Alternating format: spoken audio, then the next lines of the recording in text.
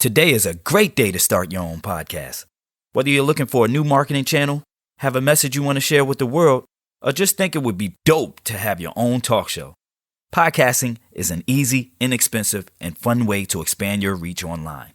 Buzzsprout is hands down the easiest and best way to launch, promote, and track your podcast. Your show can be online and listed in all the major podcast directories like Apple Podcasts, Spotify, Google Podcasts, and more within minutes of finishing your recording. Podcasting isn't hard when you have the right partners, and the team at Buzzsprout is passionate about helping you succeed. Join over 100,000 podcasters already using Buzzsprout to get their message out to the world. Following the link in the show notes lets Buzzsprout know we sent you, get you a $20 Amazon gift card if you sign up for a paid plan, and help support our show. Go Squadron! All in a day's work for the Squadron Supreme, Earth's mightiest heroes. We got it locked from your block to the comic shop. Listen, share, rate, and subscribe to Hip Hop Marvels Podcast, available on all podcast platforms and apps and streaming services. Available on Pandora, Apple Podcasts, Spotify, Google Podcasts, Google Play, and more. Yo, this your boy Frank Nitt. And there's rules if you want to get in this Marvel Studios. Don't nobody get in this motherfucker. So rule number 1, don't pop your ass up. Don't bring no extra niggas. And you better be ready to write, direct, produce some hot shit, or you will not get in. Marvel Studios, nigga, you know what it is. Frank Nitt, let's go. We got it locked from your block to the comic shop. Because, matter of fact, when I was in also in school at the same time with me and Carl, it was Afion Crockett went to high school with us. Yo, if you know, he's from Fayetteville. Yeah. Do you know Dennis L.A. White? Yeah, Afion. Yup. If you remember the Notorious movie with Biggie? Yeah. D-Rock is. Oh, you talking about the dude that played D-Rock? Yeah, dude that played D-Rock. Yeah. Okay. Oh yeah, he's the guy who shot Jay-Z in the Rock Boys video. There you go. Yeah, I went to school with him, and also if you, I don't know if you remember a rap group called, it was the two females called This and That. No, I don't know that. They did the original Whoop There It Is. Boom shakalaka shakalaka shakalaka. They did the original Whoop There It Is before tag remember team. they had before tag team and Woot. They were on loop because I remember they used to open up for everybody when they came in town to Fayetteville, and then I remember they was going to Florida A&M. That's the last I heard of them until Whoop There It Is. They had another song that got like a lot of play on BET. I can't remember the name of the song right now, but I remember they had a song that used to come on BET all the time.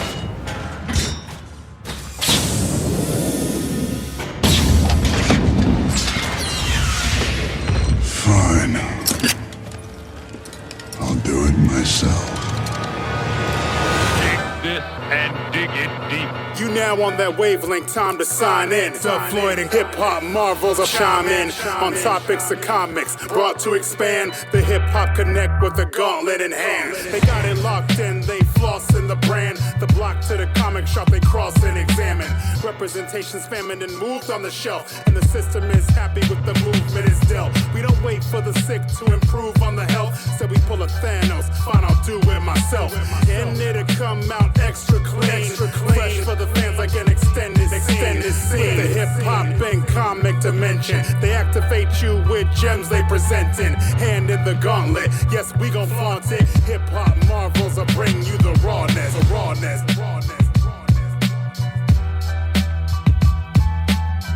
It's your boy Dub Floyd, and the place to be, and the place to be is Dub Floyd, and Hip Hop Marvels Podcast is the place to be. This is episode 31, volume 4. I'm joined by the almighty Squadron Supreme. Rick Fury, Rick 0378, aka the Collector. Your boy Terry Double T. We here. Hi, just Brandess. No, read the intro. Bye. And tonight we're joined by a dope guest. Me and this guy, we've been communicating for the past few days. He has a pretty big following on social media, Instagram to be exact, where he creates memes and discovers memes. His memes have been on all four corners of the internet. He's had many of the greats within hip hop and hip hop media in his comments. And he also has collaborated with Charlemagne the God on Marvel Voices #1, writing credits for Marvel. And he's chilling with us tonight. I want y'all to welcome Chris Miles. What up, Chris? Critics of Culture. Thank you for having me. I'm happy to be here. Salute to Chuck Creekmer. He was the guy that, tagged me on y'all's page. And, which is what basically led to this. So, salute to him for tagging me. It was that meme that you posted with Jada was giving Will the codes from Winter Soldier. Right. Right, yeah. That was hilarious, bro. That was hilarious. A friend of mine sent me a shout message. out Chuck. Yeah. A friend of mine sent me a message. They call that the Willard Soldier. Oh wow, that's a good one. That's a good one. The Willard Soldier. That's dope. I like that. Yeah. Salute to Chuck from allhiphop.com. He word up. Me and him recently. Man. Yeah, me and him recently got connected, and I'm just thankful, man. Like just me going back and forth with you that day just kind of let me know, just reassured me of some things. So it was definitely well needed. I needed that back and forth and dialogue with you, honestly. So thanks again for having me. Oh yeah, for sure. Like like I said, man, it's always dope when like-minded individuals come together and you told me from day one, you was like, man, any memes you guys need for the site, for the Instagram page, anything I can help with, man, just let me know. And like, I'm grateful for that, man. That's some dope shit. So I appreciate that, man. And shit, the Hip Hop Marvels home is always, the door is always open here, man. You know what I mean? So, but yeah, so yeah, for sure.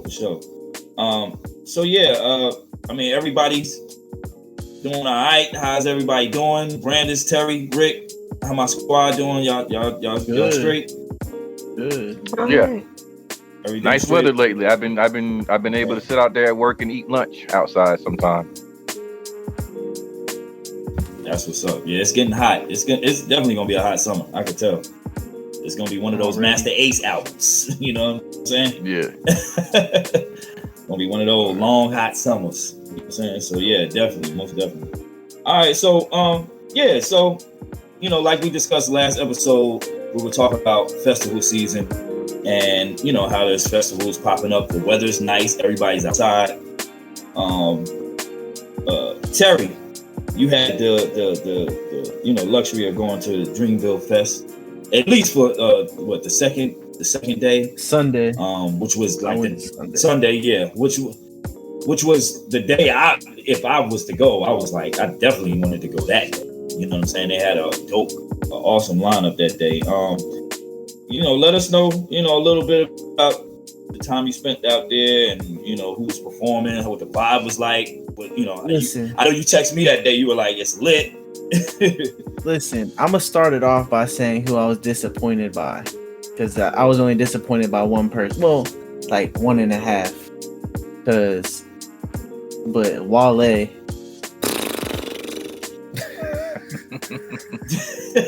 Bruh, out of 30-minute performance, he performed for 5 minutes. I think it was like Lotus Flower Bomb and like another song, like nothing. Like he was late. The songs he played were like, if you're a Wale fan, you ain't want to hear that. Like, that's not what I wanted to hear. But that was probably my only negative thing I had to say about it. But everything else was dope. Like the way the stages are set up, like they had like Boss on one side and then was like Wiz on the other, and it was just going back and forth. They did that the last time. I was gonna say last year, but I think it was like 2 years ago. But that shit was dope. I ended up like staying for Wiz, and then I didn't go see. I think it was Ari Lennox. I didn't go see her. I stayed in like the Gangsta Grills with Jeezy, Wayne, and T.I. That shit was lit. Like especially Jeezy. Yeah, I was watching that on TV. Bro, that shit was. I was probably like 15, 20 feet away from the stage. Like I wish I could like send the videos in, but they're so long. Like I got to figure out a way to do that. Let you see it. But so you watched the full performance, right? Yeah, I watched all the. I think I started because it was on Amazon Prime. I think I watched. I started off watching. Who was it? I actually watched both days, but the second day I started off watching. I think I came in during the Wiz. You were texting me because you were like, "Wiz is on," and I'm like, "Nah, like so and so's on at this time." Because I think it was like a delay. Yeah, it was like a delay. But you watched Wayne. Like Wayne killed it, don't get me wrong, but why didn't he perform any dedication songs? Like nothing.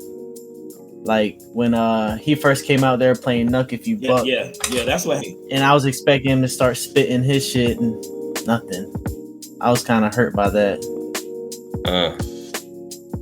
But it was lit, and you know Cole killed it, of course. That was crazy. Cole had like you couldn't even move. There were so many people. Yeah, like. You know what? Yeah. Wayne probably don't even remember all those freestyles he did. That might be what it is. I was surprised because I'm like, you know, Drama, Weezy, and you doing No Ceilings and shit like that, like Drought 3. Yeah, I noticed a lot of artists. Yeah, they don't care. They don't care about preparation. Yeah, slacking. Right. Jeezy did what? Jeezy did Trap or Die, right? He did Jeezy did like from Trap or Die. his whole whole shit.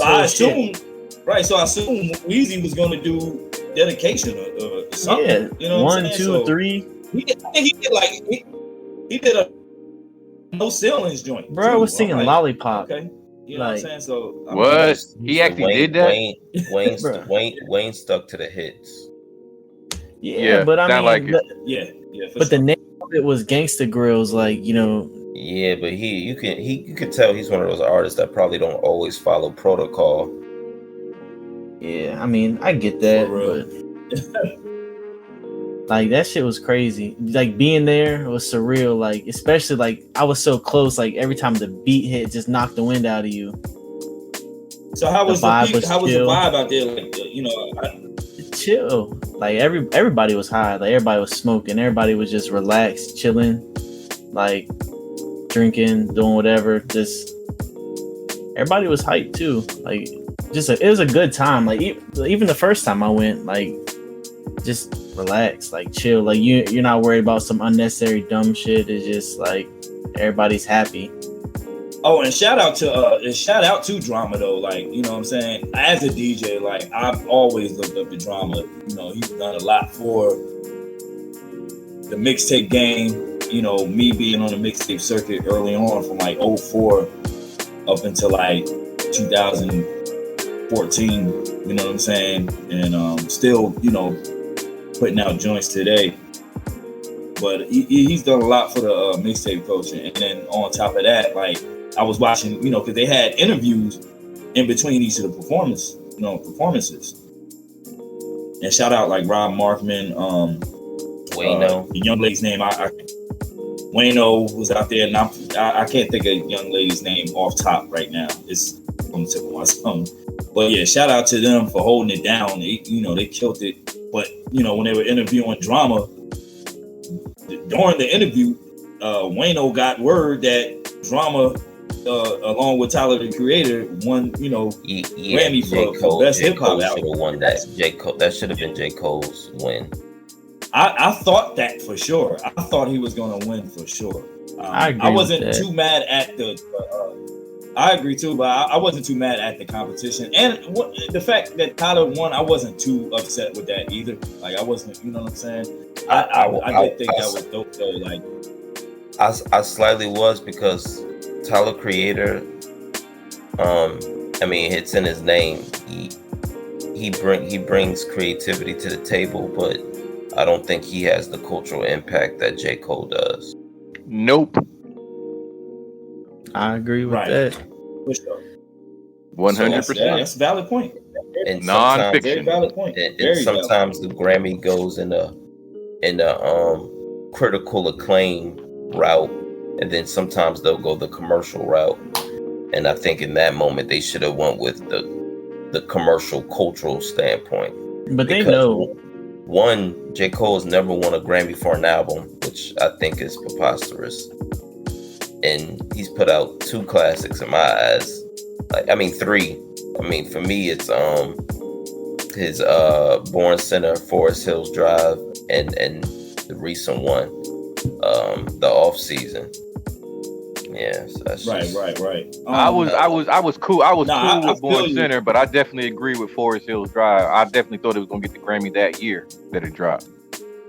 Yeah, and that album, did it get Grammy now? I don't even remember if it got a Grammy. Either way, it should have. It should have got Grammy. No, what it is, I think he lost to Kendrick. But I feel like he did. He only lost to Kendrick because the Grammy tried to make up for giving Macklemore the album over Good Kid, Mad City. Yep. That's just my personal speculation and opinion. But I didn't care for Tyler the Creator winning. I'm not saying it was a bad album. I don't know. I don't listen to his music like that. But come on, 95 South with Cameron on the intro. Oh my God.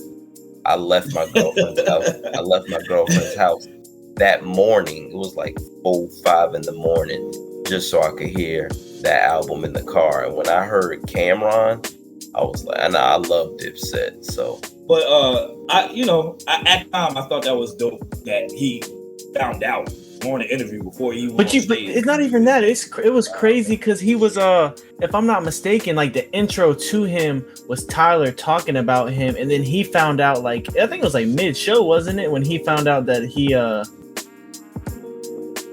it was I think it was the same. Well, see, the delay.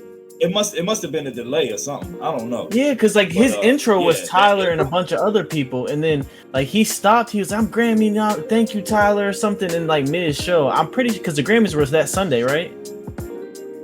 Yeah. Yeah, he found out mid show. It was he was on at 8 something, 8:30, maybe 9. Yeah, he found out. Yeah, mid show. Yeah. But yeah, I thought that was dope. But I do agree with you, Chris, man, that but Cole has his own back and forth with the Grammys. Yeah, true. And then also I don't know recently if y'all peep what Royce 5'9" said about Cole in comparison to the other 2 out of the top 3. How he said let's face it, Cole has been relevant more than the other 2. You know what I'm saying? Cole has been on the scene. Not more than Drake. Wait. Who were the other 2? Drake and Kendrick? Yeah, I kind of figured I'm talking about relevant. I'm talking about relevant as in Drake just put out Certified Lover Boy. Well, no, I'm just talking about as far as Drake stays tapped in with the younger. No, I'm not saying Drake. Right, I'm not saying he's not at all been relevant, but Cole is if we had to base it on a scale, Cole is just a tad bit higher right now. I don't know. You get what I'm saying? Just a tad bit okay, higher. right now, yes, right now. Yes, that's what I'm saying. Right now, yeah, and that's what I think Royce was speaking to, because he was saying that he was also saying that the fact that Cole is an executive. He's an executive and he has his business in order and he's running a label and stuff like that. That's also a extra push for him. You know what I'm saying? As opposed to the other 2. So because Cole has real artists. I mean, Drake got OVO and he ain't put out nothing but what McConan? No, he did a song with McConan and we haven't heard from him since. Everybody else, Party Next Door, and what's the other guys? Jivian. They're the only 2 that. Yeah, they're the only 2 people off OVO that are that have made their own fan base by putting out their own projects, but it's nothing. Okay, and I heard Kendrick's supposed to be coming out with a label because his deal's supposed to be going out with with TDE, but I ain't heard him trying to sign nobody or he gonna bring out somebody, anything like that. I haven't heard anything like that from Kendrick. 5 years since he released something. Yep. Like tomorrow. Yeah. Like 5 years tomorrow. That's crazy. You can lose your spot like that if you're not consistent like that. I'm not like, I'm a Cole fan, but like for me, like I've always said, Drake is probably one of the best ones because he's so consistent. He's always putting something out. He's always like, he'd give you an album every year or two. Like that was always my core with Cole until like recently, where he's been putting out a lot of music. It was like, you know, he give you something every 3 years, and I'm like, nah, I'm gonna need something, you know. Terry, what did you think of that Mario bar? Which one? I can put an M right on your head. Oh. You Luigi brother down. It's funny because my son heard that and he was like, "What's the M? He's got $1 million right on your head. Now you Luigi brother. Yo, I thought you said a loop bar at first, bro. That shit was fire. Yeah, bro. Don't get me started on that album. But yeah, so overall, you know, the experience at Dreamville Fest was definitely a success. You would say? Yeah, man. It's just like you gotta be there to understand it. Like I don't even compare it to no like Woodstock shit, but just the vibes. Like it's just, you go there. Like I don't like crowds. I don't really do crowds, but like you go there, and you just feel comfortable. Like everybody's just chill, mellow. Like it's just the overall vibe. Like it definitely serves its purpose, you know. So yeah, next I want to talk about how, you know, Wu-Tang and Tribe Called Quest, you know, their albums have been inducted into the Library of Congress, which, you know, I think is a dope feat. Well deserved. Yeah, definitely well deserved. This is an article coming from Pitchfork. It says Wu-Tang Clan and the Tribe Called Quest albums archived in Library of Congress.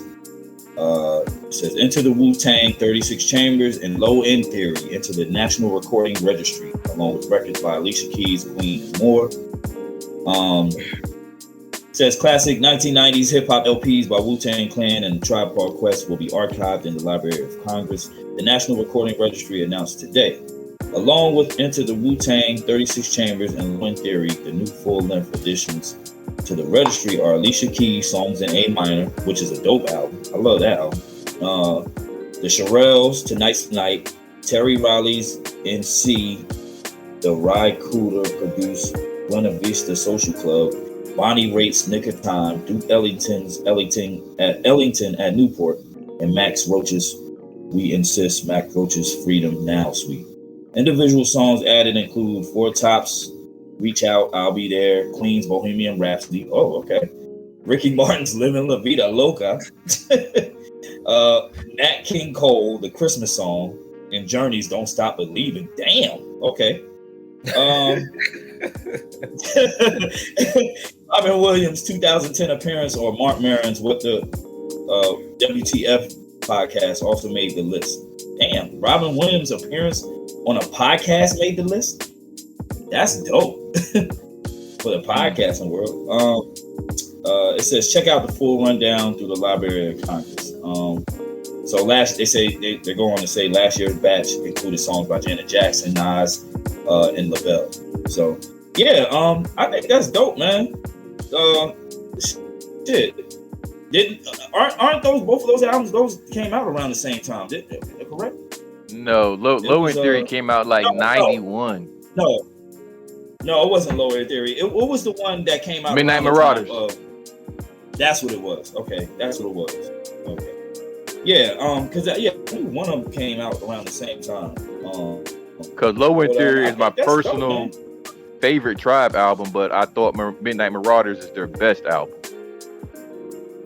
Right, that's my favorite. It's crazy that when we had this discussion before, I think I said that. Yeah. Midnight Marauders is my favorite, and I think Low End Theory is their best. So I mean, and there's no right or wrong answer. Like, you know what I'm saying? With that, we talking about Tribe here. You know what I'm saying? Right. So, and I mean, of course, Into the Wu-Tang 36 Chambers. I mean, that can't go wrong with that. Oh, and here's groundbreaking. I mean, that was I don't know about down south, but up here, it was damn near every song was on the radio. So it was like, and every song was a goddamn hit. I mean, you can't go wrong with Enter the Real. I still listen to that. So do I. It's well deserving. Yeah, I think, and then like some of the songs that they were kind of paired up with going into the registry with some classics. I mean, I seen "Don't Stop Believing" and stuff like. You got Ricky Martin's "Living La Vida Loca," like that's in there. Like, you know what I'm saying? Bohemian Rhapsody. Yeah, these are some like notable joints, man. Right. Yeah, I mean, it's also, by the way, it's dope for by the way, let me say this right now. Tribe better make the Hall of Fame. You said the Hall of Fame? You know, yeah, the Rock and Roll Hall of Fame. I never understood that. Why did rappers start to get inducted into the Rock and Roll Hall of Fame? Why and when did that start? That's why I really don't. I don't really pay that any mind. I get your sentiment, and I have the same sentiment. Like, I don't get it. I was always. You know, anytime a rapper's anytime a rapper is inducted, I'm just like, you know. I mean, really, I think. I mean, look how long it took rap to get inducted. I think the first inductees were Run DMC, if I'm not mistaken. Yeah, but it says rock. Why? But I'm just saying rappers in general. Why? I mean, probably because we don't have a hip hop Hall of Fame. That's like, it's a Rock and Roll Hall of Fame, but you got R&B singers in there. You got jazz artists in there. You got like I said, yeah. I don't think the only thing. I think you got country in there too, if I'm not mistaken. I didn't know they did under other genres. Yeah. If anything, no, I knew they did under genres, but if anything, they should change the name to like the Music Hall of Fame. Like, why keep it one genre when it ain't one genre? You know what I'm saying? Yeah, I think they should do that, and I get it. I think the powers that be within the hip hop space need to create a hip hop Hall of Fame. Oh, that's already being built, Broham. That's already being built in the Bronx. Yeah, for sure. Oh, well, what do you know that I don't? Yeah, we had. They broke ground like last year, didn't they? Yeah. Yeah, they broke ground for it. Somebody just gave him like $11 million recently to help complete it. I can't remember who it was. I don't think it was another rap. I don't think it was a rapper though. I'm sure the gatekeepers will, do it justice too. You know what I'm saying? I'm hoping. That's what I'm concerned about. Who's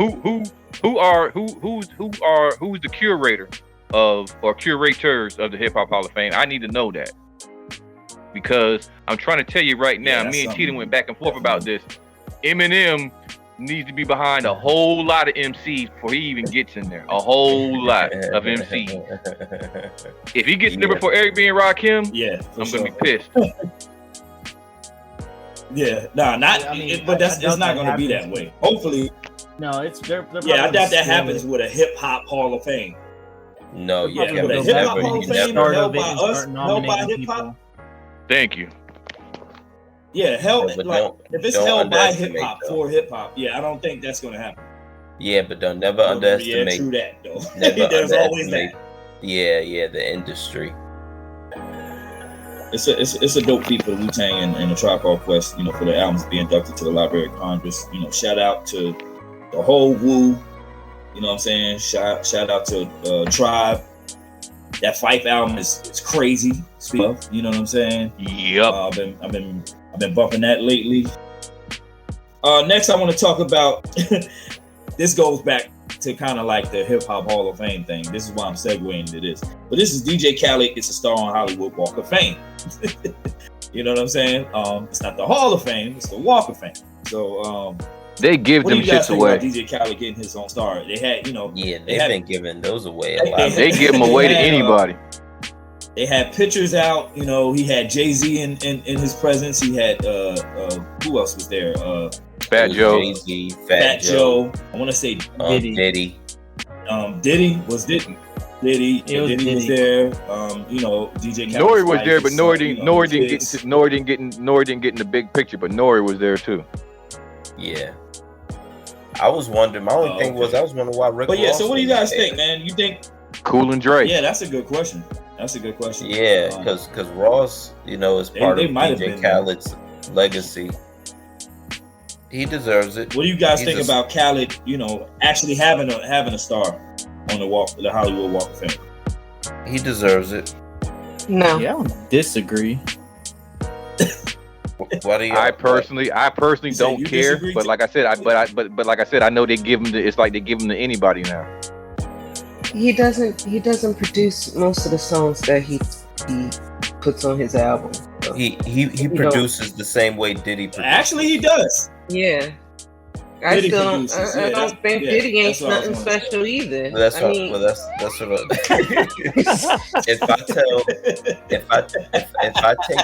if I tell you to put your verse right here instead of right there, or tell you to put the hook here, and I think Diddy does a bunch of that type of stuff. That's quick. But I mean, really, that's really Quincy Jones. If you think about it, it's Quincy Jones. Right. So I mean, Quincy had talent. Quincy had talent, and Quincy actually did compose stuff. DJ Khaled gets producers to make beats, and then he sends people records, and then he sends several his celebrity friends the beats, and then he sends them back, and then he may put some inputs on them and rearrange them that way. Yeah. That's shit to me. I can do that. So come with something better. No, I don't like him. Khaled has actually made beats before, but that was back when he was called before he was DJ Khaled per se. He was beat Novacane. Yeah, I've been following Khaled since 06, so I've seen his grind. So I'm a fan of Khaled, and I'm happy that he's become what he is today. Like, as far as the amount of work he's put in, I mean, that's debatable. But as far as him actually just being a star in general, he has reached that level of commercial fame and popularity. Yeah, he definitely is a personality. Yeah, he's definitely a personality. I agree, Chris. Like he's definitely a personality, and if you take everything else away, like he still has personality, which is why he's on these commercials, and which is why he's because somebody made a social media crazy, and right.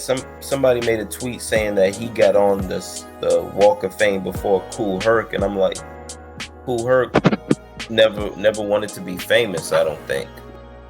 Or I don't think he ever wanted to be like a star. Like I feel like that's two different lanes. Nobody wanted to be a hip hop star. Really, they weren't thinking about being a hip hop star in the beginning. They were just trying to be heard and be dope. Right. But I don't know. When I think of the pioneers, I don't think of the Hollywood Walk of Fame when I think of the hip hop pioneers. Me neither. That's why it's fitting for Khaled. You know what I'm saying? Because this is why you don't see DJ Premier on the Walk of Fame. This is why you don't see even drama. Even the drama. Even like the pioneers did it for the love. He's doing it for the fame, and it's a clear difference between the two. And to me, I can't. This is why I can't fuck with him. I'm sorry. I just now one could make the argument that he's a culture vulture. There you go. And that too. There's that. You know what I'm saying? Then there is that. You know what I'm saying? So you're right though. I mean, it's just dealing with him. I'll say it like this: whether you deny him or not, like I said, you could strip the musical talent away. You could strip him actually DJing away, you can strip that, all that away. He's still a personality. Like this dude can do he could do a podcast, he could do a TV show right now and still be popping with no music. Because he just has that, you know what I'm saying? He just has that I don't know about that. You know what I'm saying? I don't know about that. He gets bored fast. I saw him on Bad Boys 3 all the time. I saw him in Bad Boys 3 and I wasn't impressed. Oh yeah, well I know for a long time Drama used to always have that stigma around him when he would get interviewed. People will always bring up Khaled in comparison to him. So I definitely, like I said, it makes sense. This is the comparison. like him getting a star on the Walk of Fame and Drama winning like a Grammy for like, you know what I'm saying, with the hip hop artist that he did a Gangster Reels with. But that's the difference, you know, the difference. And that's why I say it's great now, because Drama has carved out his own lane without people mentioning Khaled anymore. Like, it was a time when every time he would get interviewed, and he said it publicly, he said, how come every time I get interviewed, people always mention Khaled to me, but when Khaled gets interviewed, no one brings my name up? Because they were both kind of putting out music at the same time. They were like the hottest two DJs putting out music at the same time, but Khaled's records were always more commercial. DJ Drama's was always more street heavy. And so I think it's great to see Drama, you know, getting his just dues now. Even with you know, his success with Lil Uzi and what's the other dude? What's the white boy Jack Harlow, and now Tyler the Creator. So yeah, it's now I think, and it's interesting because now the only person that people bring up Drama's name next to is Clue, because there's been a lot of mixtape discussion, verses and stuff like that lately. Oh yeah. Now, so usually when I hear Clue, I hear people usually, when I hear Clue, I usually hear Funkmaster Flex. Or Kid Capri, for that matter. You can. Well, I never heard Kid Capri, but I'll hear Flex or K Slay every now and then. But I think because of mixtapes, Clue and Drama mixtapes, had a debatable. Drama, yeah, they had a debatable mixtape run. Yeah. I mean, hell, I mean, you can do that. You can do that as far as you can do that as far as Ron G and definitely Kid Capri, S&S. Those mixtapes I remember coming up. You know what I'm saying? I remember walking on Erie Avenue and up in Philly and getting S&S and Ron G tapes and stuff. What year was that? No, we know those. Oh my God, that was like 90. Probably like 92, 93.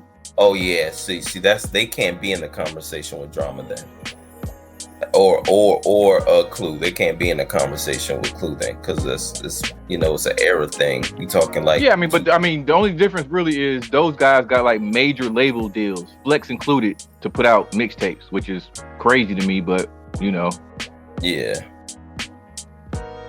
But yeah, that's pretty much the conversation in itself. Like, that's, you know what I'm saying? They were more, you know, they came at an era where you can get album deal for a mixtape or whatever. You know, Drama did about 3 of them. He did like a Gangsta Grill album. He did like three of them, I think, 3, possibly 4. And Clue did like 3 professionals. He had the Clue professional mixtape. Slay had K Slay had it. K Slay had a major deal for mixtape. Then he had Backstage too. But remember, K Slay didn't have. But K Slay didn't have the industry cosign of a Jay-Z, which is, you know, and that's a whole debate in itself, K Slay versus Clue. But I'm just saying, Clue had more commercial opportunities and success, where K Slay wasn't able to. You know, there's a reason why, you know, K Slay and Papoose have their opinions on Jay-Z and Rockefeller. Mm-hmm. And what's that opinion?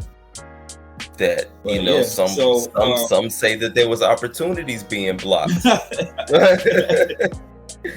Like, you know, DJ Clue won an award, and no, DJ Clue didn't win. Who won? I think K Slay might have won, and DJ Clue had something to say about it, and that caused a whole back and forth. So I think there's always. Oh, you talking about that? You talking about the Justo mixtape award? Yeah, it was some mixtape award, and Clue Rest in peace. Clue and Flex don't necessarily have the best relationship either. So that's what I'm saying. I feel like, but yeah, and still Clue was able to get a certain level of notoriety, also based off of his relationship with Rockefeller. And I feel like K Slay was kind of one of those DJs that kind of got overlooked during the DJ Clue, the DJ Drama era, as well as Khaled. DJ Drama, DJ Clue, and DJ Khaled are like the main 3 DJs that kind of ran the 2000s. I don't remember. Did Khaled ever put out a mixtape? I can take that. No. Well, if he did, it was never commercial. What happened was in 06, while he was rocking with Terror Squad, he started doing albums. He just started dropping all these compilation type albums. And the first single was Holla at Me Baby with Wayne and Trick Daddy and a bunch of Southern artists. And then he did what did he do? He did the Dade County record with Ross, Trick Daddy, and Pitbull. And then he did Grammy Family with Kanye. And he just from that album, he just kept leveling up with each album, just singles. His albums, aren't really worth listening to, but though his singles, there's like posse cuts basically. Right. So his actual projects don't get talked about, but his singles is what kept him in the conversation. I mean, to Brandess's point, after Grammy Family, or maybe even a little bit before, I was hearing that Cool and Dre were doing all the beats, and Khaled was just putting his name on it. Definitely, Cool and Dre, E-Class, just a lot of the Justice League. That's another one. The Incredibles. They're based out here in Virginia, Lee Major. Would you say Street Runners too? Street Runners. They're another one. A lot of those Miami based production duos and producers and stuff definitely helped cultivate Khaled's career. But yeah, so when you say producer, when talking about Khaled, I think it's more so on a Diddy level where he'll get Tone and Poke and the Hitman and what's the others? The Hitman and the Heat Makers. Yeah. He'll get those guys, and he'll just, like Brandon said, focus on arrangement, promotion, and placement. Right. And for all that, and for all that, he gets a star on the Hollywood Boulevard Walk of Fame. Nah. Finesse. I'm just saying. Oh man. Moving on. I know, Rick. I know.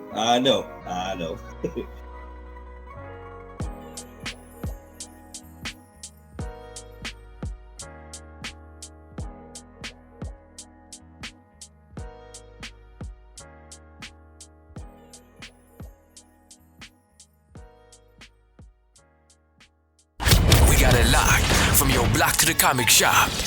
Okay, out there in Marvel-land, face front, this is Stan Lee speaking. You've probably never heard this before, so anything is liable to happen. This your boy Frank Nitt, and I'm telling all y'all to subscribe to the Hip Hop Marvels podcast, available on Apple Podcasts, Spotify, Google Podcasts, Stitcher, and more. Go get that, y'all.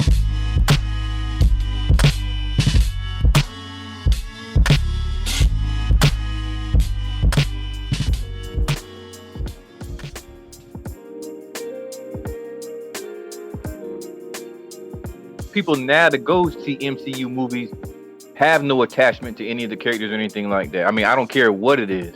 They don't have any kind of a character attachment or anything like that. Half the people I know right now, I have to explain to them certain things because they don't know what's going on. I mean, I'm a little older than you guys, so like Moon Knight, the Stephen Grant. That was like in the comics, that was like the millionaire playboy. He was like a Bruce Wayne type dude. But in the MCU and on Disney Plus, he's like a corny Stephen Grant, like a corny museum curator or whatever. They did that to separate the whole Batman comparison thing. Speaking of, that was the next, that was our segue. That was dope, Rick, because you segued right into the second to last topic, which is Moon Knight. Now episode 3 came out today. I have yet to see episode 3. I've seen 1 and 2. How many of you seen 3 yet? I haven't. I've seen. You seen 3?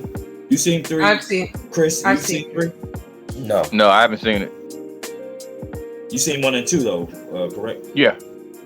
Chris? Yeah. Okay, so we'll just dwell on 1 and 2. Give a little recap what we think about 1 and 2. And then we'll spend a block on the next episode and talk about, you know, episode 3 and whatnot. So yeah, Moon Knight. Look, this is becoming one of my favorite series that they dropped so far. I was, you know, well, let me rephrase that. Besides Loki, let me put that out there, because Loki was the shit to me. Yo, what was the big deal about Loki? I don't get it. Everybody's like, oh, that was the shit. That was like the best one. I'm like, really? Well, Loki was the shit. I think the best. I don't know about best one, but the best part was the end. The last episode was the best episode for me. Yeah. Did you see it? Yeah, I mean they've all had dope episodes, but I mean it's like the one, it's crazy, but it's like the ones I really don't like, everybody is like loves. Like I didn't like WandaVision like that. I didn't like Loki. I remember like you that. saying that too. You said Loki. Yeah, I remember you saying I love WandaVision. I love WandaVision. Yeah, I think yeah, I think they're all great for different. For WandaVision, Loki, Hawkeye, and Falcon and the Winter Soldier. I think the last one for me is Falcon and the Winter Soldier. Not that it was bad or anything. It wasn't as interesting as Loki or Wanda. And you know, Kingpin showing up on Hawkeye was just magnificent. Yeah. Oh, I mean, Hawkeye. Yeah, most definitely. But what's Hawkeye it was called? cool. Because see, we were talking about this the other day, because they got like the space and then like the street people, like the street villains or whatever. Like I feel like that's what the whole Falcon and the Winter Soldier was doing, was like trying to keep people grounded.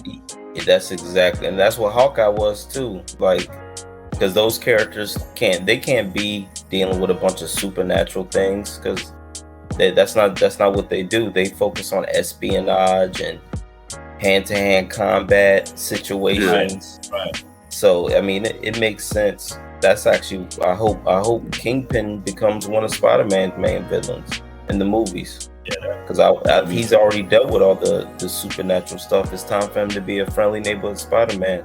Go handle. Yeah, that's why I agree with you, Chris. That's why I'm not necessarily a big fan of Marvel going cosmic already. I think they still got some more street stuff and some more Earth stuff to deal with before they jump to outer space. And I get it. The Eternals open the door for that.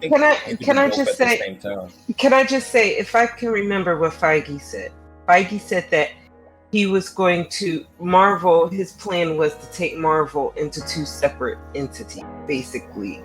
One was good to the cosmic and one to the street level. What I do think he's going to do is put more of the street level stuff on the series, the television shows, and maybe appearances, and maybe a major movie every now and then when it's like the Avengers or anything like that. But they're mainly go to the street level,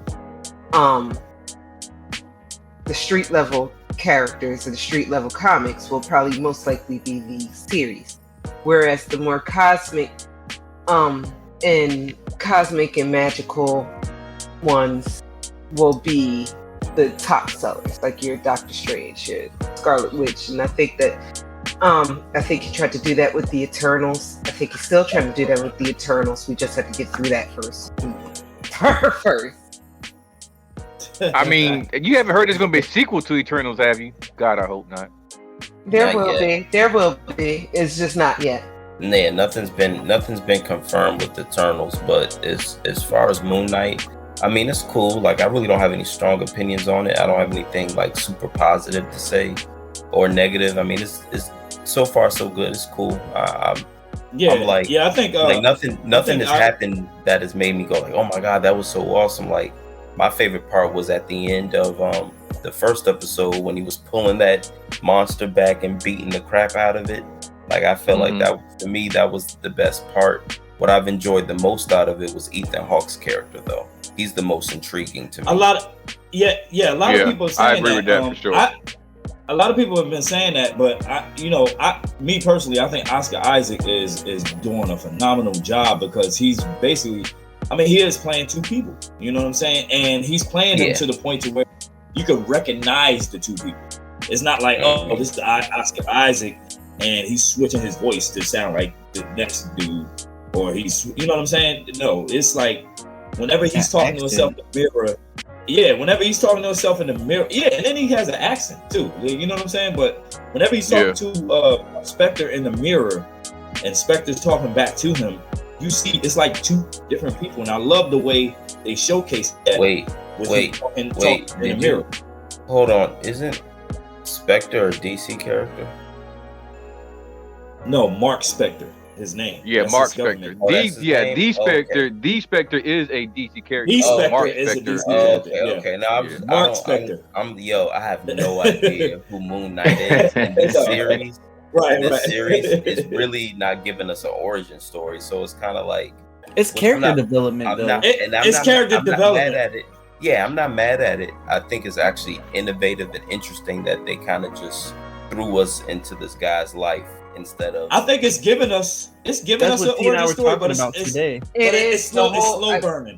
Yeah. It's slow burning us. It's slow burning us. That's all. It's giving us it.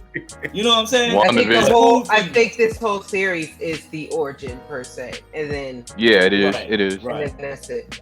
Because we were talking about I think that's what they're gonna do. Like going to what Brandess said, I think that's what they're doing with the shows that are on Disney Plus. These are all gonna be like little origin setups. You know what I'm saying? And then once we're done with these little one shot, because like a lot of these shows are not coming back for a second season. You know, Moon Knight's not coming back as far as I know. I don't think Moon Knight has been arranged for a second season. The only one I heard that's coming back for a second season, the only one I've heard was Loki. That's yes, but that's because Wanda's not coming back. Wanda was just supposed to set up the multiverse of madness. But not just that though. Same thing with Falcon and Winter Soldier, because we're getting a Captain America movie out. They had to set that up to put. They had to set that up for Sam to be Captain America, so they can go into Captain America 4. Then you have because he putting him in Multiverse of Madness is not going to make sense. Putting him in any movie right now that they had going on wouldn't make sense. So put it on a show to show how he became Captain America, and then make Captain America 4 would make sense. Although I just need to know where Old Man Cap is, but whatever. Then you have, but when you get into, I want to say, when we talk about Moon Knight, here's the thing. Feige's not doing any more full-term contracts until he knows that things are a success, until he knows that people are going to return for the role. Therefore, like, for example, Elizabeth Olsen. I was trying to think of her name. Elizabeth Olsen. She was signed on to do Wanda, and she was signed on to do Multiverse of Madness, and that was it. Then about a month ago, she signed a whole new contract with a bunch more money and with a bunch more with 9 more movies to be in. So therefore she's set. Same with and I really can't say the guy who played M'Baku, because the thing about that was Duke Winston. Yes, the same with him. He just signed a new contract with a bunch more money, but we all know what that's about. I mean, he's going to be the new Black Panther, because the amount of money that he signed for, the money is the money that he's getting. That Chadwick Boseman got. You don't think they're gonna go the Shuri route? No, he just signed a contract that with the same amount of money as they gave. This is why I don't pay attention. I thought they would go the Killmonger route, to be honest with you. I thought they would bring Killmonger back. None of that stuff. I try to be surprised when I find stuff out. I don't look at pictures, scripts. I don't. None of that.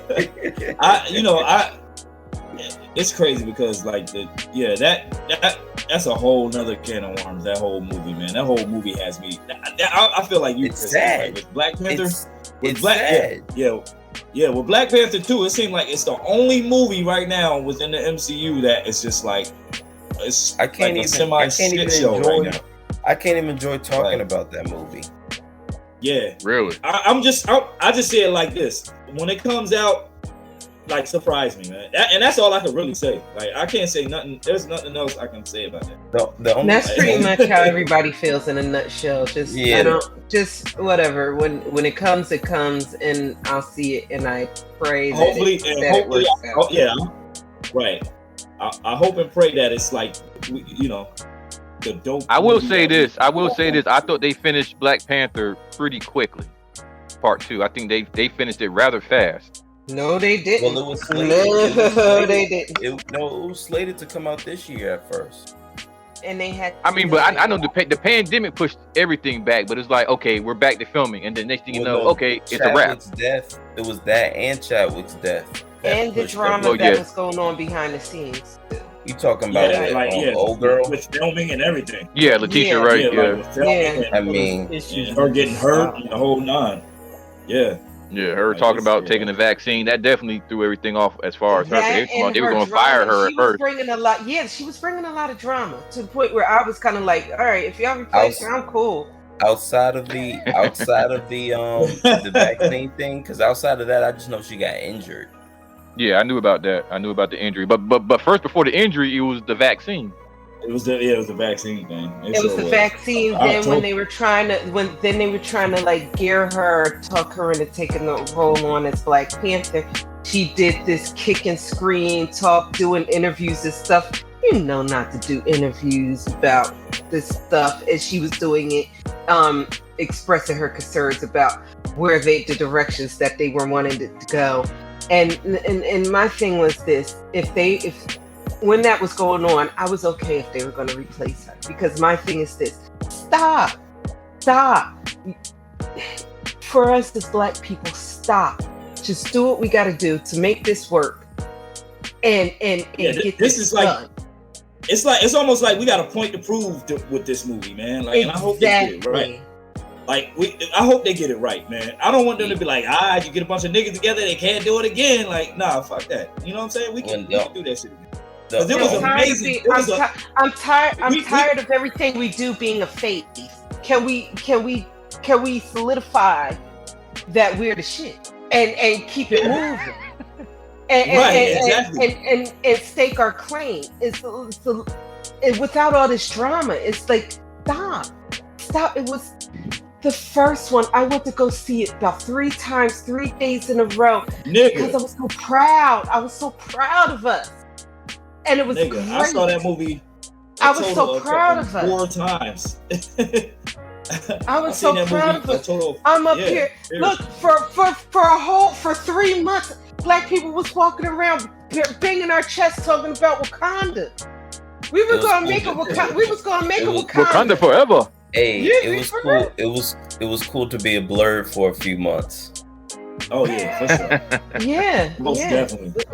But my thing is, I mean, for and then to hear, it was just so disappointing to hear what was going on during the taping and everything. It was during the filming and stuff like that. And it's just, my thing is, can we just get on one accord without somebody acting up? Just come on. I agree. As far as that movie, the only thing that I'm intrigued or semi-excited to want to see is the Atlanteans, because I think they're going to be part of the plot. Oh yeah. Like Namor is supposed to be the villain for Wakanda Forever. So and I know in the comics he flooded Wakanda. Yeah. I'm anxious to see Ironheart, Riri Williams as well. Like, I'm anxious to see. Oh yeah, because Ryan Coogler's executive producing the Disney Plus series. Yeah, speaking of, like, I'm reading this article from Collider, and it says Ironheart Disney Plus series find its directors in Sam Bailey and Angela Barnes. Let's give it up for the 2 Black sisters that's, you know, taking on the helm of Ironheart show. Clap it up for them. Right. It says Ryan Coogler's company Proximity will also produce the series, so he's got a direct connect with the show, which is, it's only right because she's in the movie. So, which means you're definitely going to have some elements bleeding over into each, you know? When I read this, I kind of, oh God, I hate saying this, but I just said, is Feige just letting Ryan do all the black ones and then let him handle all the black ones because he's black? Well, we don't know that yet. Scares This is me. just And this that is just scares number me. 2. We don't know that. We don't know that number- just yet. Right, yeah, this is number 2. And on top of that, though, I will say though, like, who better to handle our shit though? Like, you know. But I know, but saying, can we mix it? I know, but can we mix it up? Because Ryan scares me. Because Ryan scares me. Because Ryan scares me. He can go either way. He can make something great or he can fuck something up. Because what did he fuck wants to up? go a totally different route. Yeah, what did he mess up? I've never heard anyone say anything. Say yeah.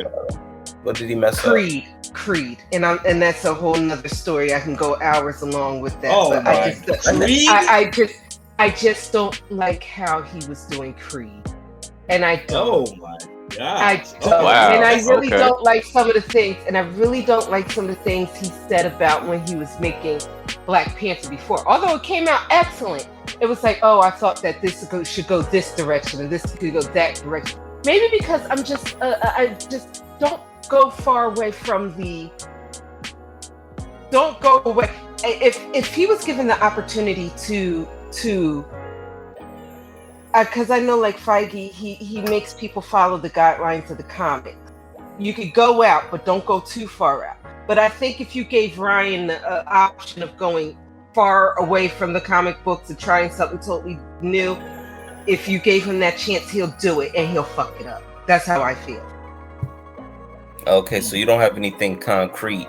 This is just a gut. It's not concrete. It's a gut ass feeling. I just feel it. I feel it in my spirit. He's that type of whimsical, that type of creative person that will just go off the rails if you give him the opportunity. If you give him the opportunity, he will go off the rails with it. And I just feel it. I feel it in my. I can understand that because, like I said, I'm older than you guys, and I have to. Yo, T, remember that conversation we were having with Spence that time, and we had to explain to him that Hank Pym is the one that really invented Ultron. Right. That Black Widow never had a relationship with the Incredible Hulk. Hank Pym and and Reed Richards. Yeah, his mind was blown. Like, what? That didn't happen. I'm like, no, dude, that's not how it really happened. But now I'm understanding this whole multiverse thing. All he knew was. But he didn't know like any of the comics. Yeah, but casual fans like him is where they make their money, so that's all they care about. That's true. They don't make the movies for people like us. And I didn't necessarily grow up watching the comics. I mean, reading the comics. I grew up watching the cartoons. So my reference point. That's how Terry. Yeah, that's Terry's. Yeah, that's mine too. Like, I'm a '90s baby, so I grew up off of Fox Kids. And Cartoon Network. That's his reference point. Which I think is dope because it's just like, we said it before too. It's just like with hip hop too. There's many different entry points.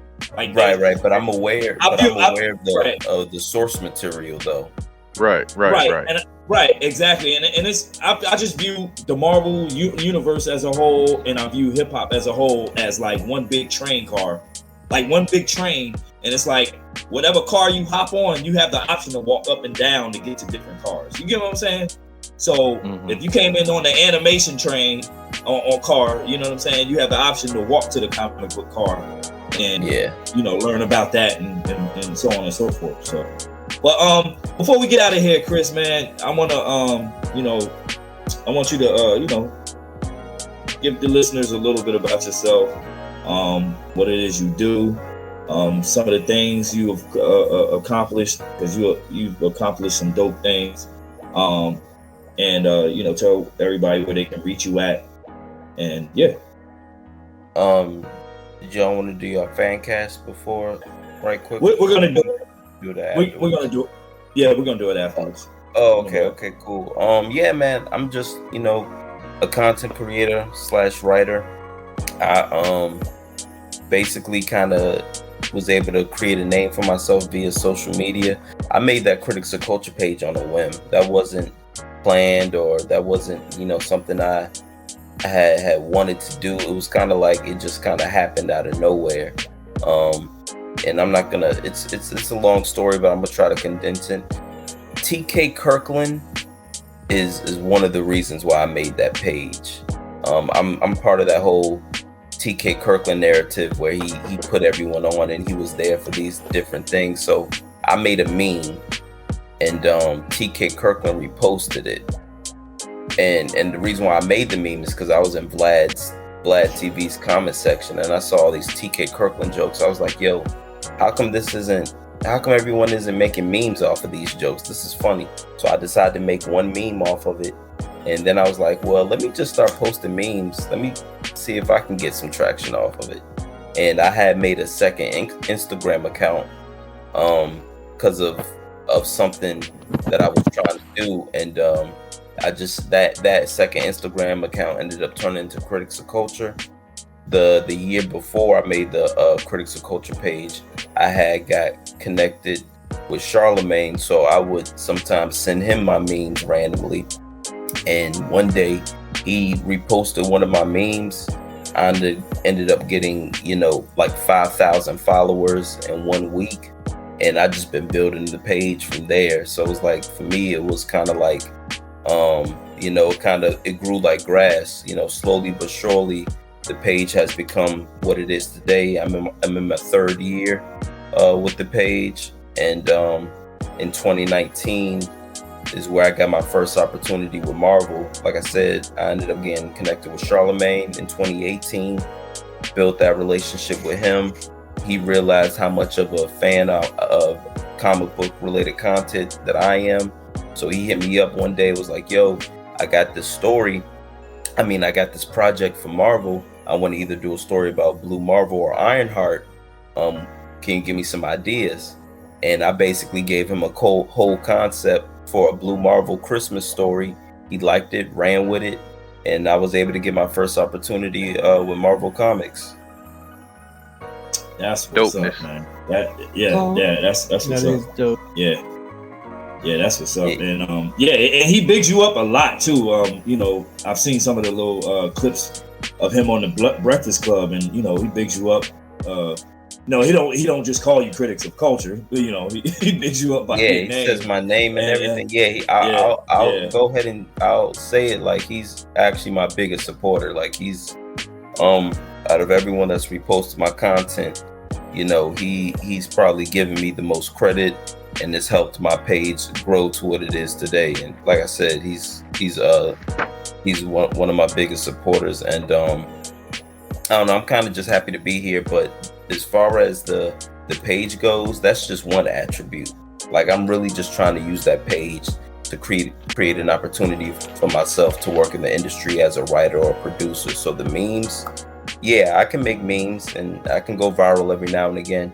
But what I'm really want to do and what I'm actually more adamant about is writing and producing and hopefully writing on TV shows, movies, cartoons, and those types of things. So I'm really just trying to use that page as a vehicle more than anything. Yeah, that's what's up. So what do you think? Because it was it's breaking news today.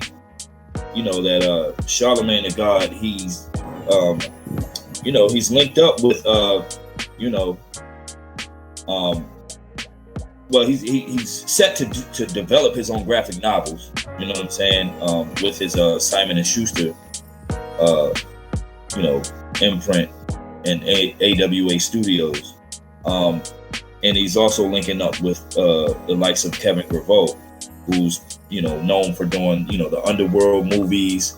I think Kevin Graveau is actually the creator of Blue Marvel, which is dope. So he's actually working on some graphic novel material for his imprint. And I've always admired Charlemagne for embracing his blurred side and expressing that he's his love for comic books. I think that's a dope venture he's about to pull off. What do you think about that, Chris? Yeah, it's actually it's interesting. If you go to my page, I posted a screenshot of the article and some of the things that was said in it. But what I also put in there was a tweet from Kevin Graveau. So I don't know, I guess it's story time. So when after the Marvel's Voices came out, I was just trying to figure out how to, how can I get more opportunities for myself, and how can I make sure the right people see this. One of the people that I had post, one of the things I did was I posted it on Twitter, and I had tagged Kevin Graveau, and he retweeted me saying, "Hey, I like the story that you and Charlemagne came up with. It's on the page now. If you check it out, if you swipe left, you'll see it." It was a tweet. He said, "I love the story. I got another book in mind for you and Charlemagne if you game." So that was actually that was actually how Charlemagne and Kevin got officially connected.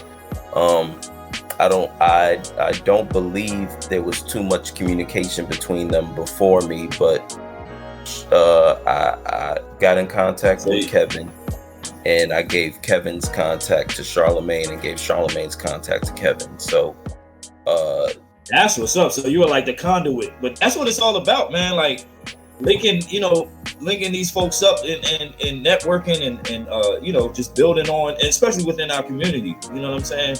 And just building on that, man. That's some awesome shit right there, man. Like, that's what I always try to do. I'm one of those people that I like to connect dots, and I like to think that, same way Khaled does it, same way Diddy does it. If they they feel as though these two people will be dope on this song, I do the same thing. If I feel like, hey, you will be a great guest on Hip Hop Marvels platform, here's Dub Floyd's information, and I'm just that type of person. And so when Kevin retweeted that he had another book in mind for me and Charlemagne that he wanted to do, the first thing I did was hit up Charlemagne. I was like, "Yo, Kevin want to work with us, da da da da," and I sent him his contact and 2 years, because that happened in 2020, so we're talking 2 years in the making. 2 years later, here we are now. They did it, and this is unbeknownst to me. Charlemagne sent me that article today, so like this isn't. I'm not gonna sit here and act like I'm, have a lot of inside information. Like new, Only thing I knew was that I helped bridge the connection between them two, and that they ended up, having their own relationship. And next thing you know, I found out that this project with AWA Studios is now coming out. And like I said, Charlemagne hit me up today. He sent me the article. So I'm kind of, so to speak, in the dark about everything. Like I don't have anything lined up. I don't know what's coming out. I just know that they're in business together, and I hope, for me personally, because like I said, I grew up off of cartoons and anime, so I would like to see adaptations of Kevin Graveau's work and anything else that he does, because as you can see, one thing about these streaming services is that they realize that there are other entities outside of DC and Marvel. So for them to reach out to Dark Horse to do Umbrella Academy, and then you got Image, then you have Images with what's the Invincible. I think that's Image Comics too. I think that's Image. And Invincible is Image.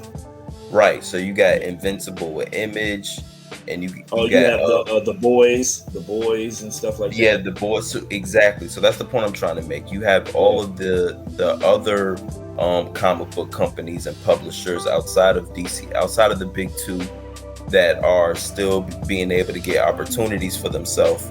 Because let's be honest, it's much easier to deal with, Image and AWA or, Dark Horse Comics than to have to deal with Marvel or DC. It probably comes with more red tape, and, it's probably just easier to deal with, the independent creatives and comics. So I say that to say that I hope, we get to see some of their material turned into some animation. I have a friend of mine who's doing a development deal with Platinum Studios. That's the studios that brought us Men in Black.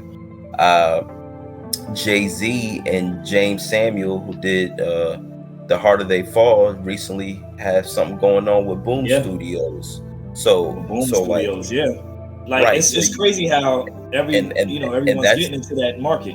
Exactly, and that's by design. That's on purpose. So I'm sure all of us saw the Kevin Hart situation with Black Sands. Black Sands was on Shark Tank. Word. That's another situation. So like we're actually living in a renaissance right now when it comes to Black creatives, and I really hope that we capitalize off of the momentum that we're making and that we have right now, especially because of these streaming services. They're looking for independent creatives. They're looking for people that don't have to deal with a big budget or a bunch of management and agents and just a bunch of reading people that pretty much got this shit together already. Like, you know what I'm saying? And then exactly. And it's much easier to deal with them than have to deal with entities such as a Disney Plus, because they know with Disney they got anything Marvel related on lock. They know Warner Brothers and HBO Max got everything with DC on lock. Yeah. So they have to go to these other studios that are lesser known. But guess what? Netflix, Hulu, Amazon are able to make a lot of these characters popular by turning it into a TV show. Jupiter's Legacy is another one. Yeah, Jupiter's Legacy. Yep, that's another one. Yeah, it's a lot of them out there. Excited for it all. Yeah. Especially the Black creatives. I'm really excited for. Yeah, I'm really excited. Yeah. That's this was just another notch under the belt. Hearing about the Charlemagne story, and then like you mentioned, the Black Sands. I was following that whole, even on Shark Tank.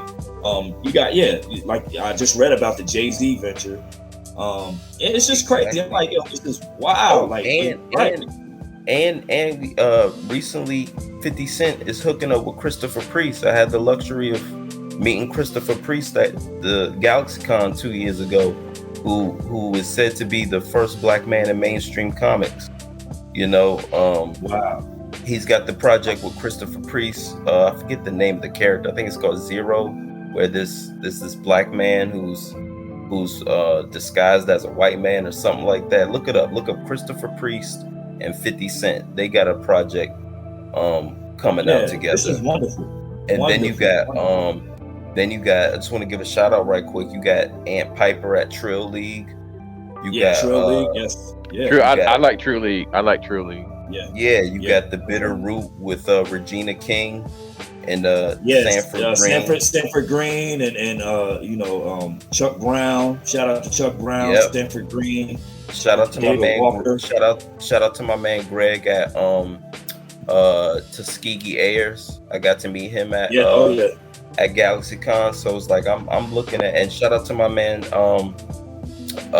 Ethan Murphy, Slayton Ash with Platinum Studios. So it's like I'm looking at all these creatives in these Black spaces. Erica Alexander from Living Single, she's got her project Concrete Jungle. Yeah, I heard about hers. So it's like all these for years they told us that we couldn't make this type of content because Black people wouldn't be into it, or Black people aren't into science fiction, or they don't watch this, they don't watch that. But nah, like I said, Black Panther kind of caused a paradigm shift and just let all of these executives know. It's sad we had to wait for them to include us, but it kind of let them know that there is money and momentum to be made when it comes to the Black spaces on social media.